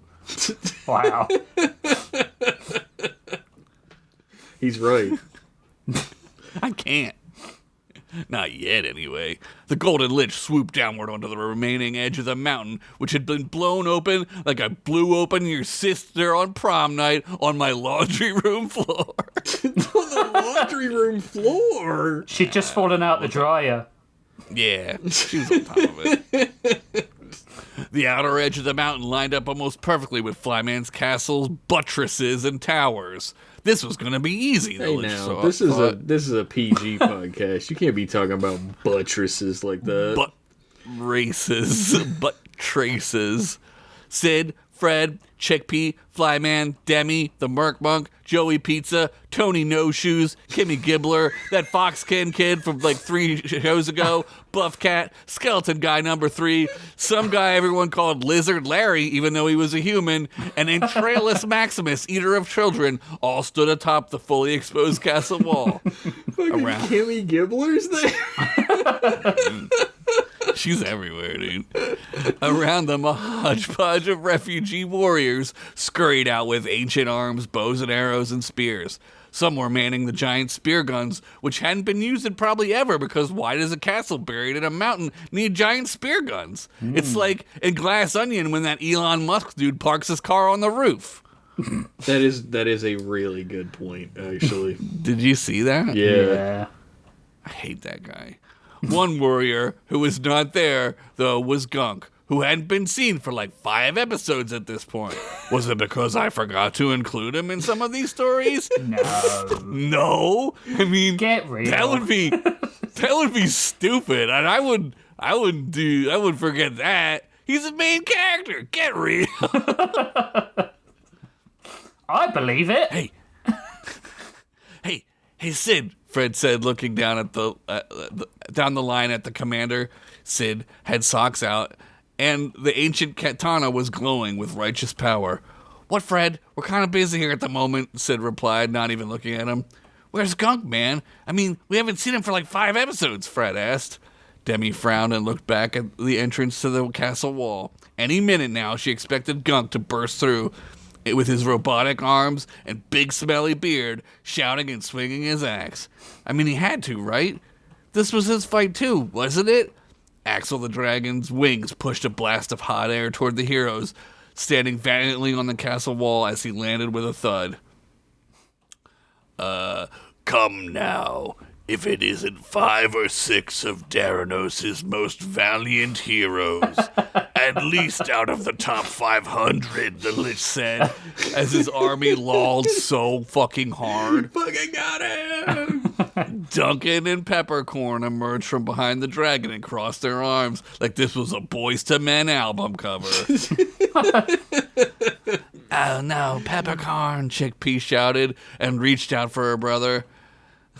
That's not Pep anymore, Chick. That's some kind of peppercorn transformer, at the very least GoBot, Fred said, snarling at what his friend had become. Surrender, idiots, and save yourself the pain, Duncan said, twirling a golden gun around. Why don't you surrender my entire dick into your whole ass? Sid shouted back. Why don't you? Both the Lich army and refugee army let out a ooh. Suddenly, a shot rang out. Everyone looked around to see if Duncan had fired the first shot, but he didn't. Sunlight now beamed through Duncan's cowboy hat as a small bullet hole could be seen. Hold, brothers, hold, Sid said. A long way down the castle wall, a rat with a gun held out a smoking gat. He pulled the hammer back again and said, Nah, fuck that. I'm coming out blasted. Just as he pulled the trigger again, It's Going Down by Young Jock began to play on the castle's loudspeakers. And then all fuck broke loose. Kill them all, the Lich shouted, as an earthquake of chittering began to climb over the wall. As an earthquake of chitterers began to climb over the wall of the mountain. Whoa, they hard extended R and everything. Well, I mean, they kind of, they extended makeshift wooden ladders while archer chitterers shot rope arrows over, hoping they would gain purchase on the castle's stone walls. Fuck their shit up, Sid yelled as his own archers began to volley flaming arrows toward the Lich forces. Chickpea was frantically using her shield magic to block arrows from hitting them. The Lich, meanwhile, soared upward on Axel and began raining down metallic meteors with his metal solo guitar magic. A group of refugees were hit directly and instantly turned into flaming skeletons. As the chitterer rope arrows found their purchase in ancient castle walls, the Ant-Man began to place wooden planks between the ropes to make very unsturdy yet efficient bridges they could cross. As one Ant-Man would fall, the next would pick up the slack, laying another board, and so forth and so on. Below, hundreds of dead Ant-Men had already rained down onto the cavern floor, each one hitting with a satisfying splatter. Sid looked to their flanks and saw that some of the rope bridges had neared completion. We have to spread out, he shouted. He then began to run down the edge of the wall, doing flips and kickflips, and shit, all while using socks to cut away several ropes, causing their bridges to fall. He cut one rope only in half, though, causing the rope bridge not to fall, but to list to the side. Ant-Men recovered by using their insect powers to climb on the sides and the bottom of the now listing rickety bridge. Flyman flew up into the air and for a moment was gonna cheese it. And since he was a big pussy baby, but then he remembered his dream. He could be a hero. He would be a hero. With a swoop, he dove down and covered the other flank of the wall. He vomited acid all over the rope bridges, weakening their ropes on their boards. Several more Ant-Men fell into their deaths and splattered onto the ground. Chickpea was flinging firebolts toward the back of the brigade, hoping to slow down the onslaught, but also hoping to get Peppercorn's attention. Pepper War smiled at her with an evil smirk. Don't touch the gnome. She's mine, Pepper War shouted to everyone around. With that, he leapt into the air, turned himself into an Apache attack helicopter with Hellfire missiles.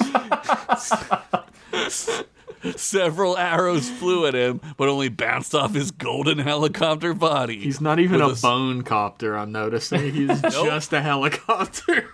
What power demonstrated? Yeah, not made of bones? What? With a swift landing, Pepperwar cut off Chickpea from her destination. She panted and held out her staff defensively. I don't want to have to kill you, little brother, she said out of breath. Pfft, as if, Pepperwar said, mocking her voice. Chickpea grit her teeth and fired a barrage of firebolts at Pepperwar. Each hit his golden body, heating it up immensely, but to no avail. He simply reformed himself and laughed. Pathetic, he said, holding out a hand. He turned it into a minigun and began to fire relentlessly at his sister. Chickpea slammed her staff down, and a blue shield blocked the endless rain of bullets. Below the castle wall, Sid could see bodies of Ant-Men piling up. He pointed to Buffcat and pointed down below. Buffcat nodded and began to make his way down to the lower layers. As he did, a huge explosion rocked the side of the mountain. On the lower level, a giant vaginal-shaped crack ripped through the mountain wall. After a moment, thousands of Ant-Men poured through it. Ugh. Demi, where are you? Sid shouted. But it was too late. She had already made her way down to the lower levels with Buffcat. They used a secret door that all sick-ass castles should have to sneak out and stand their ground against the massive horde of Ant-Men. Demi's eyes glowed bright as she unsheathed her flame sword, summoning all her rage as she held the sword up high, like She-Ra, or He-Man if you prefer, summoned the very power of light itself. Why? I don't know, some people like He-Man more, I don't know. Right? Meh. Meh. Eh. With a single blast outward, white-hot holy light vaporized entire columns of Ant-Men. Mew! Mew, mew, mew, Buffcat said as he squinted, but Demi was down on the ground. The power had drained her and only managed to slow the ant onslaught down a bit. Buffcat quickly picked her up and ran back inside. Gunk groaned as he finished yet another bottle of Cat Keela. Outside, the war raged.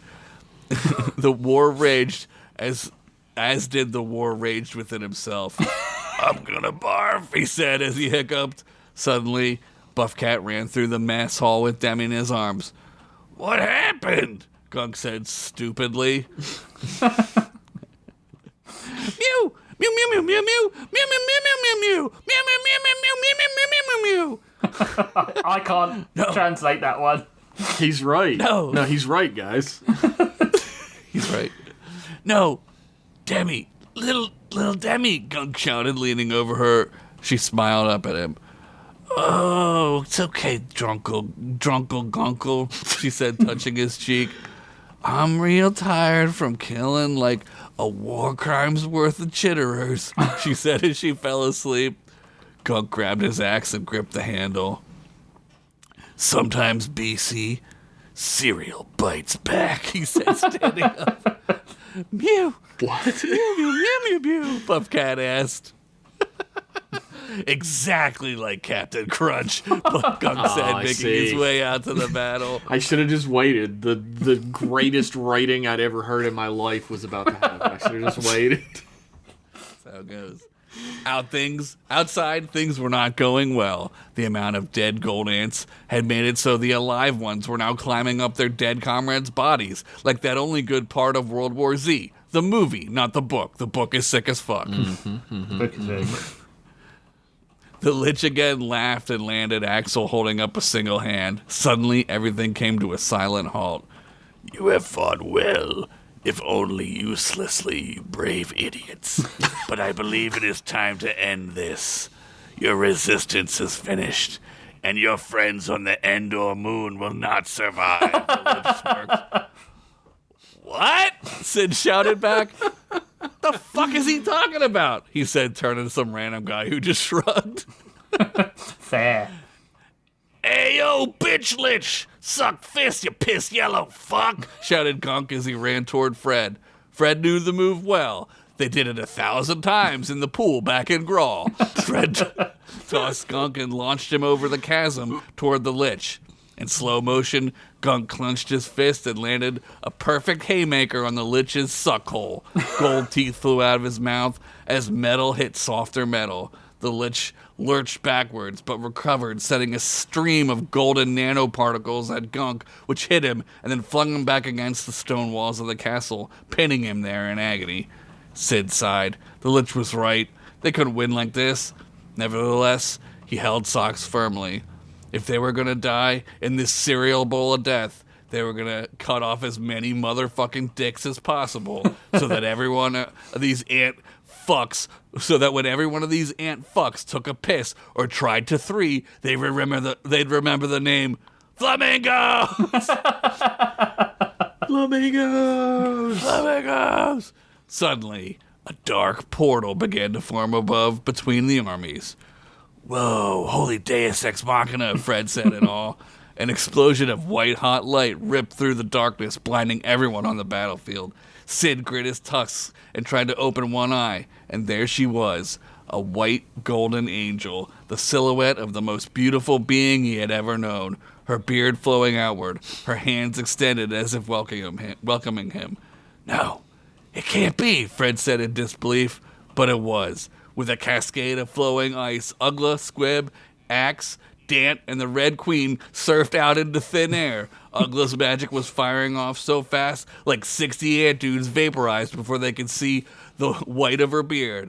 Axe did a flip and lunged toward the Lich. She would not be stopped, her cold steel axe in her cold steel grip. Sid was in awe. He almost cried. It had been so long. Fred grabbed his shoulder and shook him. "Let's go, brother! She needs us!" he said, raising his own axe and running onto the rope bridges toward the Lich. "Flamingos!" Sid shouted as he used a shield to now snowboard on the icy sheet in the sky that Ugla had made. He cut down anything and anyone in his way. The green blood sprayed like Nickelodeon gack on a Saturday night. Duncan, sensing Axewood was getting a little too close to the Lich, stepped forward to block her way, but this was not to deter her. She reabsorbed her axe into her and made it into a shield. Duncan emptied his clip into the shield with no effect. With one swing, Axewood planted the shield under Duncan's chin, then flipped over him, ripping his spine out from his robotic body. It sizzled and blinked in disbelief. "Wait, I'm a robot?" Duncan's head said as his red robot eyes turned off slowly, dipping into the void. Axe leapt forward, but was caught in midair by the Lich's magic. He held her up, pulling her body apart like she was an invisible Iron Maiden. "God, you fucker!" she shouted. "My young princess protege," the Lich said calmly. "What was the plan here? Implant that into my brain? Might have worked. Oh, that's right. If I wasn't all powerful, you dumb, stupid bitch," the Lich roared. No, he's right. Like, Yeah. How's it gonna work? Ugla looked over to see Axe painfully hovering midair. "No, let her go!" she yelled in vain. "No, let her go!" the Lich mocked. "No, not this time.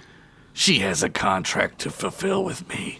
The Lich sent forth golden tentacles as they pierced Axe's skin. And just her skin, you hentai freaks! If you want the other version, I'll put it up on the Discord. Feel free to draw some hentai. I mean art. The golden nanites began to take over her body as a new axe wound was molded and formed, much like the hot new Silver Surfer, where you can see her boobies and stuff. Yeah, that but gold. So descriptive. After a pause, the Lich lowered his old/new minion with a sigh. "That's better, isn't it? Welcome back to Daddy," the Lich said, stroking her golden cheek. Axe's right hand trembled as green magic grew within her.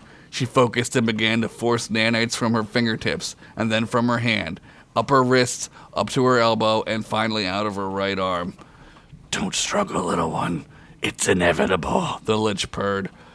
Your dick's inevitable, Axe said as she reforged her cold steel in her free right hand and slammed it down against the Lich's crotch. A brilliant gold-white light shot forth as the Lich reeled. Axe grabbed the Lich in her own green magical tentacles and began to squeeze and suck. She milked the gold from his very being. Ugh. Thousands and thousands of years of untapped gold were now pumping into Axewound's essence. It's getting hot. She screamed with raw power. The Ant-Man bowed before her as the husk of the Lich writhed on the ground. He was now as small as a fetus and looked like fetus Voldemort, but like gold and kind of less gross. His mechanical parts whirred and zitted as Gunk made his way over to him. With one swift stomp of his boot, Gunk smashed the golden cranium of the fetal Lich. Her body, her choice, motherfucker, Gunk said. Our podcast tends to be at least a little bit about abortion all the time. Hey, her body, her choice. Yeah. Then everything was quiet. Chickpea lowered her shield as Pepperwar momentarily stopped firing his minigun. Ugla looked on in horror as her friend, now consumed by the unholy Lich's power. She felt an unbridled rage and anguish inside of. She felt the unbridled rage and anguish inside of Axe. She could feel the vibrations of her very soul through the rocks. But then Gunk grabbed her hand. Axe, he said calmly. She recoiled and pulled away with a snap of her arm, ripping Gunk's entire arm out of his socket. Whoa! I don't need you! I don't need anyone! Axe Lich screamed. The heads of several Ant-Men exploded from the sheer shrillness of her rage. Gunk was in pain and reeling as he grabbed where his right arm used to be. Demi and Buffcat emerged from the castle to see a totally new battle was being waged.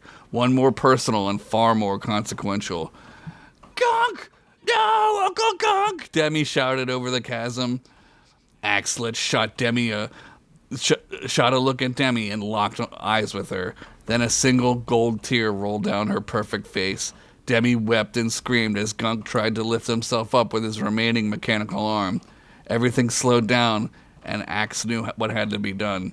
She reached down and grabbed Gunk's remaining hand and pulled him up to her side. No, Axe, don't do this, Ugla yelled to no avail. Axe shot a cruel look at her. Ugla was horrified and could barely watch. Then Axewound, Princess of Pain and Darkness, smiled the most genuine and real smile she may have ever smiled.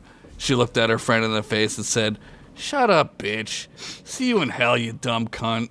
And then she laughed, raised her hand, opened a portal, and pulled herself and Gunk through it. Everything was silent.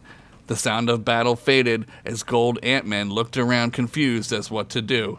Dant and the Red Queen raised their weapons and commanded them to yield.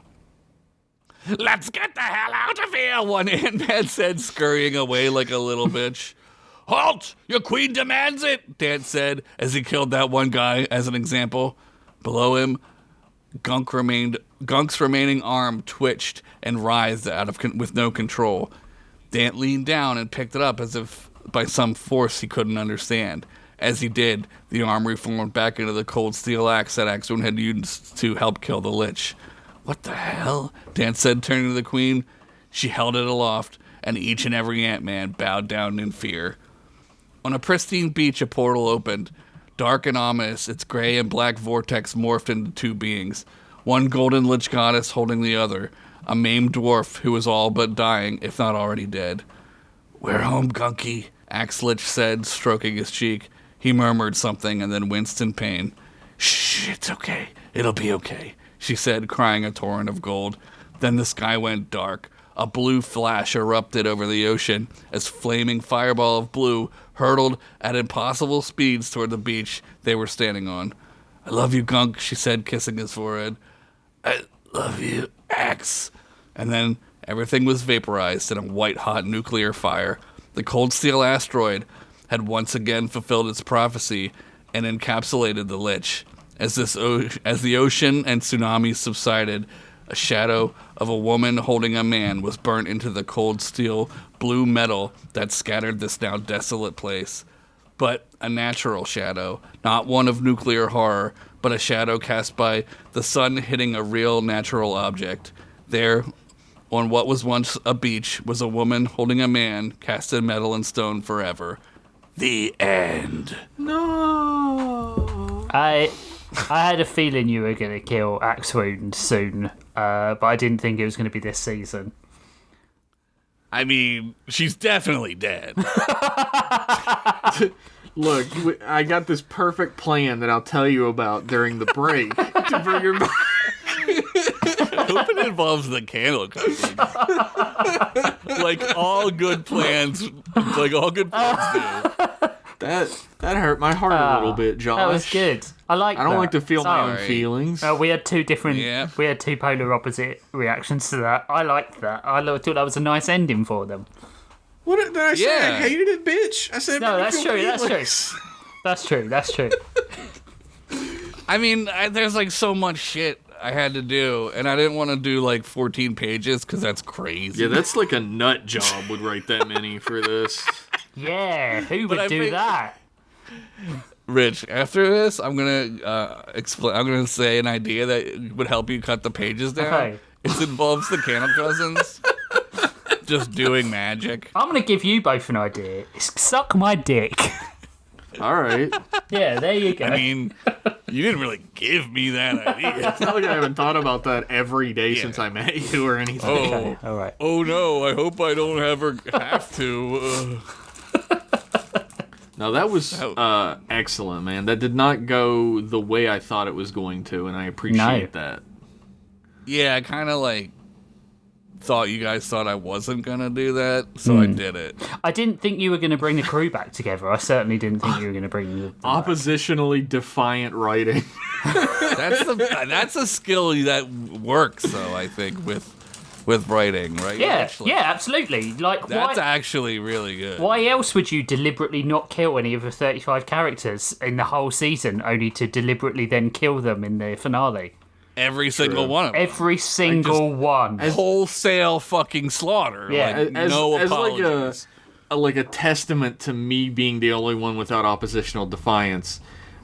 Several people told me that they thought Adam and Eve were just going to talk it out in the end, and I was like, I'm not changing it. I'm not gonna say you don't have oppositional defiance. Well, now that you've said that, I don't.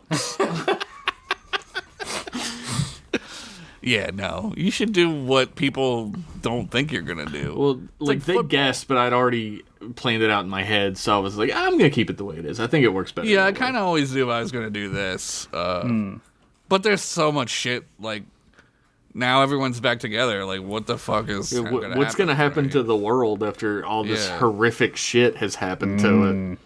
Yeah, I don't know. That's It's like the rat with a gun sets it off. Yeah, Finally, he's the old man who accidentally fired the the eye. Yep.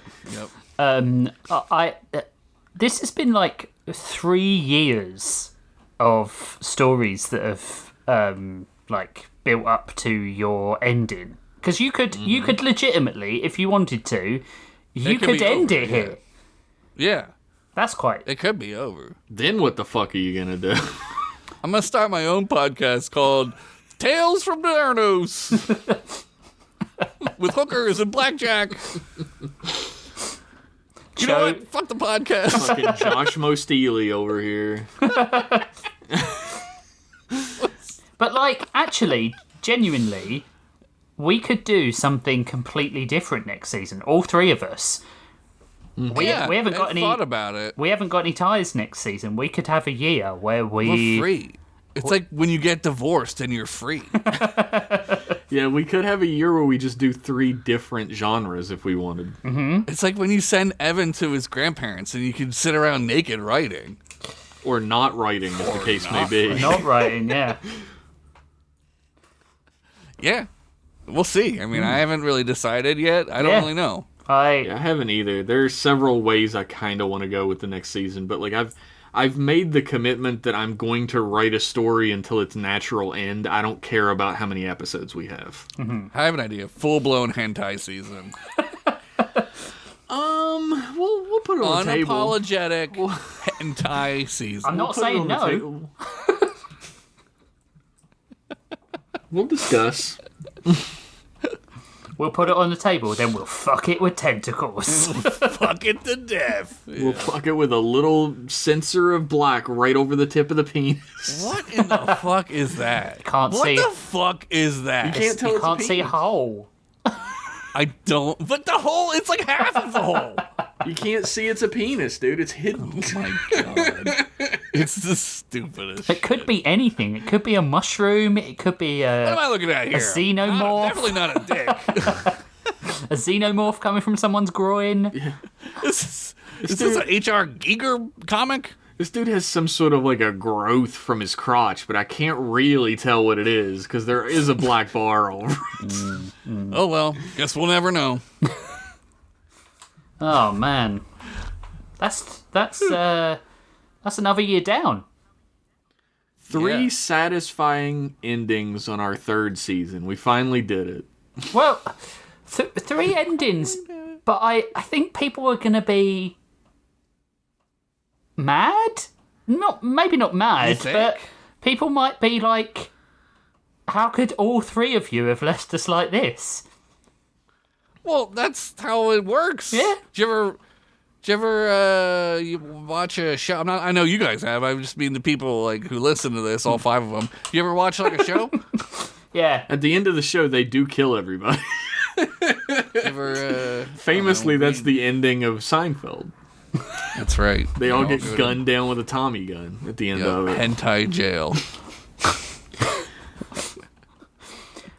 Right. What is with the black stripe? I don't know.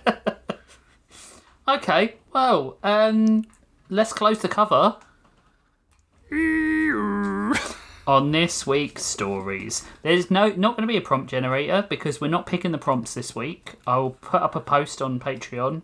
But if you want to be part of next season, if you want to suggest prompts, then you need to head over to patreon.com/storylords, and for as little as $5 you can be part of that. You can suggest prompts, you can join the Discord, you get a free sidecast that we do called Afterlords. I think you get it once a month. For $10 you get access to the other sidecast that we do, and that could either be Afterlords, Cunt Rushmore, redesigned by committee, or in layman's terms, I'm not explaining what they are. If you want to find out what they are, there's 4 different things that we do. It does tell you on our Patreon what it they does are tell in you. the It does membership I mean, sign Cunt up. Rushmore, that's like self-explanatory. Yeah. What do you need? It's so self-explanatory that we need to work out what the rules are again every time we record Every it. time we have to remember. No. It's self-explanatory. And we always have 5 minutes prep. Yep. And whose Rich is fault like, is that, I got Rich mine. You guys Masters?" ready? Yeah. I mean, I think it works better with 5 minutes prep. If you can't, No, if you can't yeah, I think think of it's your funnier, best, for sure. If you can't think of your best example of it, then it's not the best example in 5 Rich minutes. is like the teacher. He's like the teacher who's like, I've given you like 15 minutes to write 5 pages. What the fuck is wrong It's pop with you? quiz time. Yeah. We're going to do pop quiz in 5 minutes. Get ready. Pop quiz hot shot. Yeah. So and point it at your head. then if you want to support the podcast for more money, there's a $25 tier and beyond where you can get lots of different things, including like... Big sloppy kiss. Yep. You can get one of those if we can send it in the mail or send it to you. Storylords is also on YouTube, so if you're thinking of doing a re-listen soon in anticipation for our 4th season, it's a good time to do it. If you do listen to an episode on YouTube, could you please like it? Could you please subscribe to the channel? Could you please leave a comment? If we get enough comments, maybe we could, start reading some out on the show. Stop fucking like, comment, subscribe, ring that bell. Sign up for the newsletter. If you Buy us a coffee. if you're really good, maybe when you do your re-listen on YouTube, you could head over to Discord and maybe review the episode. That would be really good. Maybe you could use the episode chat part of the Discord for what it is intended for. I knew as soon as you started mentioning that chat, I was like, the bitterness shall flow. I can feel it. There is a general chat for a fucking reason. You know, What's I love everyone in our anniversary gift for 4 years. Bitterness. No, that's I love for everyone every in the year. Discord. I love all of our patrons. The I do thing that too. does confuse me, and I mean to ask this of our patrons, but I don't know exactly where to. How come you guys all have general conversation in other shit and not general? Guys, we just talked about it. Oppositional, operational defiance disorder.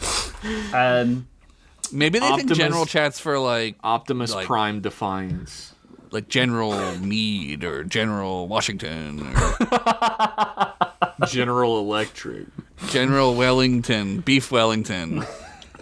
Can you believe we've done fucking 3 seasons of this shit? I know. Sure feels like it. But it doesn't, is the thing. No, it doesn't, but it feels like after we this just started this podcast. But I feel like I just hit a wall, though, after this one. Oh my God. I mean, maybe we do need to talk about whether or not we do something different next season to give ourselves a break from writing these characters. Blow We each don't other the fucking whole time. talk to each other. What are you fucking talking about? We don't like each other. Yeah, we don't have a group chat with just the 3 of us that's constantly lighting up all day and Constantly shit about whatever the fuck we're talking about. Yeah, I mean, we can do whatever we want. It don't matter. Nothing fucking matters, man. The end of the world is coming. Who cares? We do not have the listenership to have to stick to a format. That is not a true. thing that's weighing on our shoulders. We could do whatever the hell we want with this podcast. The only thing I gotta do is party on and fucking die, bitch. Yeah, all I gotta do is live and die. But I will say I think it's been easier on me than it has been on you guys because if I don't feel like doing a story that's like part of the season, I just don't. I just do whatever other story I want. Well, Like I'll do a Candle Cousins or I'll do a Frankenstein PI or 6. or 6, which was what we call in the business a mistake. Sextology. I found it a lot easier this season because here's a weird thing. At the beginning of this season, I was doing the Dr. Lee Wen Twilight Zone shit, right? That feels like so long ago, but like a whole different thing. Yeah. But for half of the season, it was deliberately one-shot episodes. So I had a blast doing that. But then when I started tying them in together, it was like, oh shit, I have to remember stuff from season 1. I have to remember all the stuff from season 2. So, You know what's ironic? Yep. Is that what would be easier for us to do and would also be far more beneficial for our podcast to get new listeners is to do one-shots. Yeah. Yeah. Like, I was thinking about that the other day. In order to know what the fuck just happened in both of your stories and the end of my story like last time, you would had to have watched entire 3 seasons, listens to an entire 3 seasons of our podcast. Yeah. Well, yeah. But I mean, that's if you're a new impressive listener, that Yeah. we did that. Yeah, it is Are impressive. we like brilliant geniuses? We for are. this? We are. really with Big dick wieners, I would heroes, imagine. Yeah. Nice. But like, if you're a new listener and someone sort of is like, you should listen to this podcast, where do you start? You know? You start at episode 1, though, because the quality of the stories has always been the same, Jeff. From day 1 to day 78, there's not a single miss. He's right. They're all bangers, man. You know, that's bullshit, but I believe it. Do you know what, though?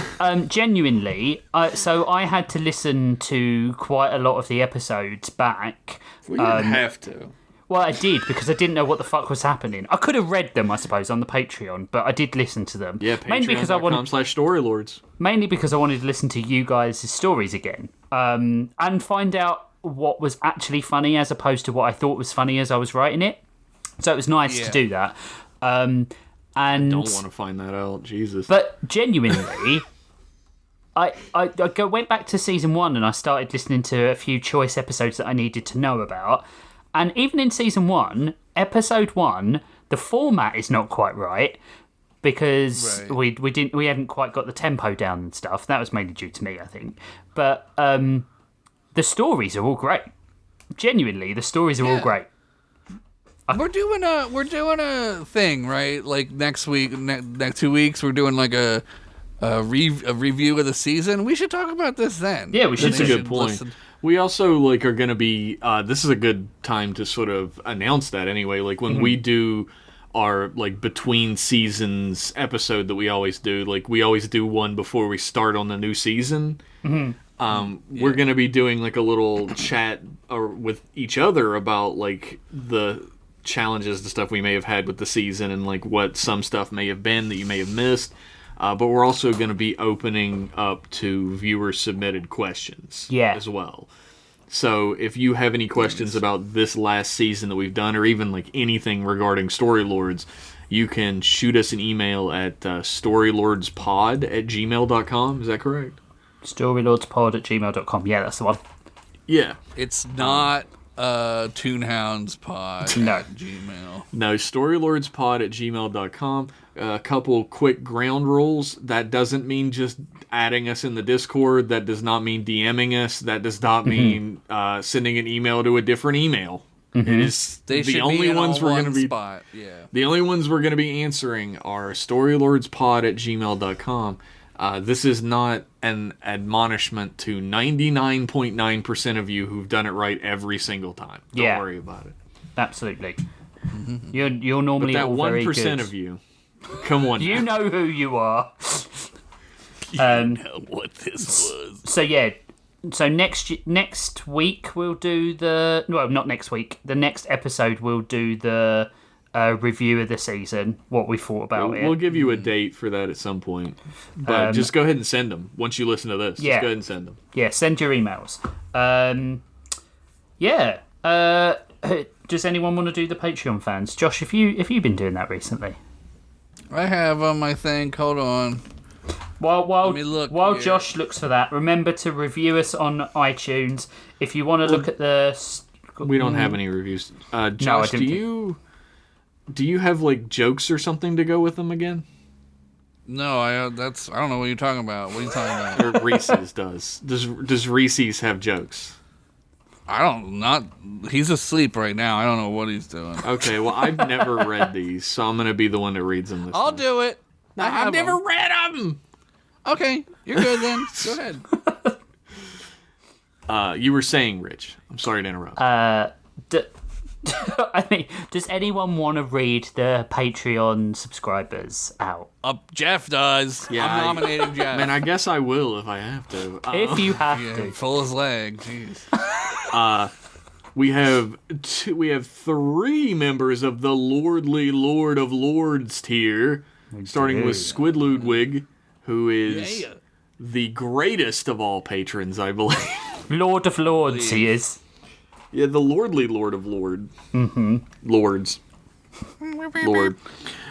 Stephen, the concubine of Lords. Conky. And of course, no one can forget the mysterious Josh Henderson Lover 69. Who is the... I don't know. He's the Josh Henderson Lover of Lords. Yeah. The Lover of Lords. He or she or they. Singular. We don't know. I just assume. The Lover of Lord singular. Singular.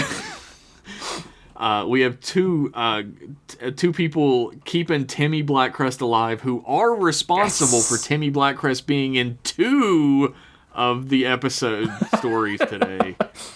Sean Tabor and Malanite. R.I.P. to half of Sean Tabor. Yeah, fucking Sean, please don't take your money away. You're still alive. You're still a Darkling, Tabor. Our masterpieces... the tip-top cream of the crop, our masterpieces tier, we have Heath Robinson, Federico Rodriguez, Granola Daniels, Jake Anderson, Anthony Stoker, Chris Balzo, Rena Kemp, Jonathan Anderson, Pez King, Ratty IRL, Hooch, who I've heard is crazy. Hooch be crazy. Sasquadamus, Werewolf Whoa. Bar Mitzvah, and Gordon Ream.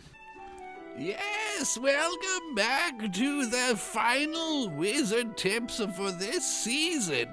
I've worked so hard this year, I'm glad to take a break. So I'm going to phone it in really hard this episode. Everybody who Jeff just said their names, I'm gonna read some special messages for you. Stay cool. I'm doing a cool S spell. It's like the first spell you learn in wizard school.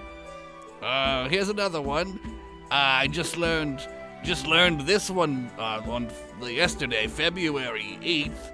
Hags, which stands for Have a Great Summer.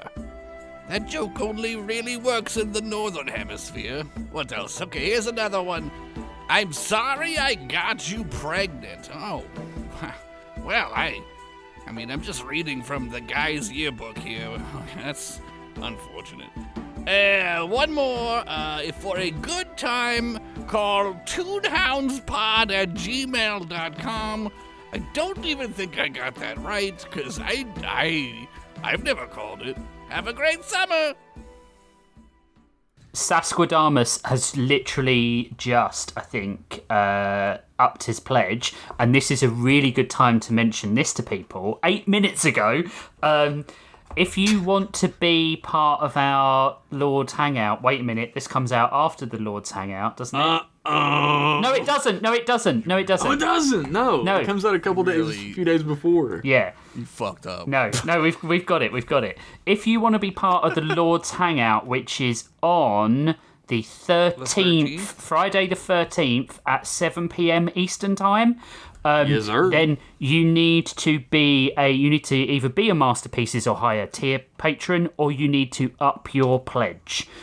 We'll be playing a Jackbox game. I think it's Jackbox Party Pack 7. Someone.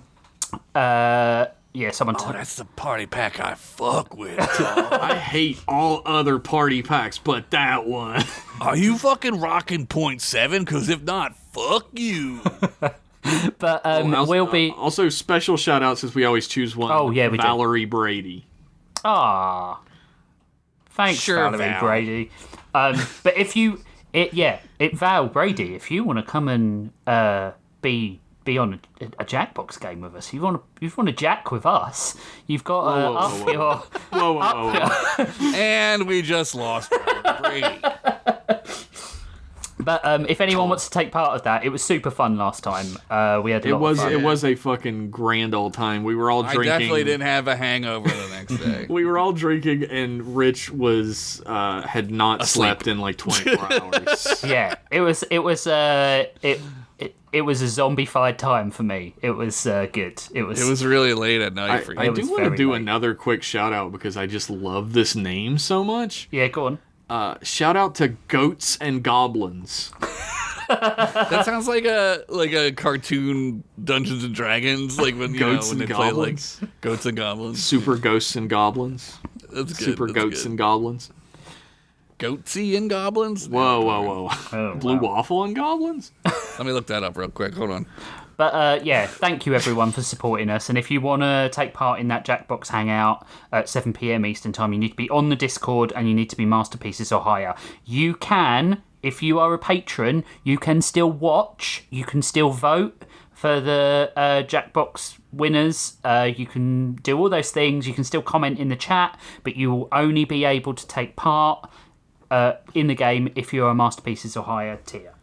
I think we're going to have to go on the honor system again. I'm going to try again to make it so people can't talk in the Discord chat unless they're a certain level. They were really good last time. Really were. good. They did a good job. I was so proud. I would nobody fuck around. I was half proud. I don't want to give him. Do it again and make Josh regular proud. Yeah. Unless he's deteriorated throughout the year. Big thanks to Vidison for the use of his music at the beginning, the end, and in all commercial breaks. If you wanna hear anything Greg's got to say, you need to head over to vidazen.card.co, or you need to get his phone number. And I'm afraid only some of us have it. Wow. I think it's just me, isn't it? It is just you. I'm the best. I can get it off the bathroom stall where we all get it from. That bathroom stall is where we all get a lot of things. Next to the sushi glory hole. Oh, imagine that. Right, okay. End of season 3. We will see you in 2 weeks for a retrospective of the season. I promise it will be funny. It always is. Maybe there will be some crying. Maybe there will be some regrets. Probably not. Like all wank fests, there's always crying at the end. Thank you all. We love you, and we'll see you in 2 weeks. Bye-bye.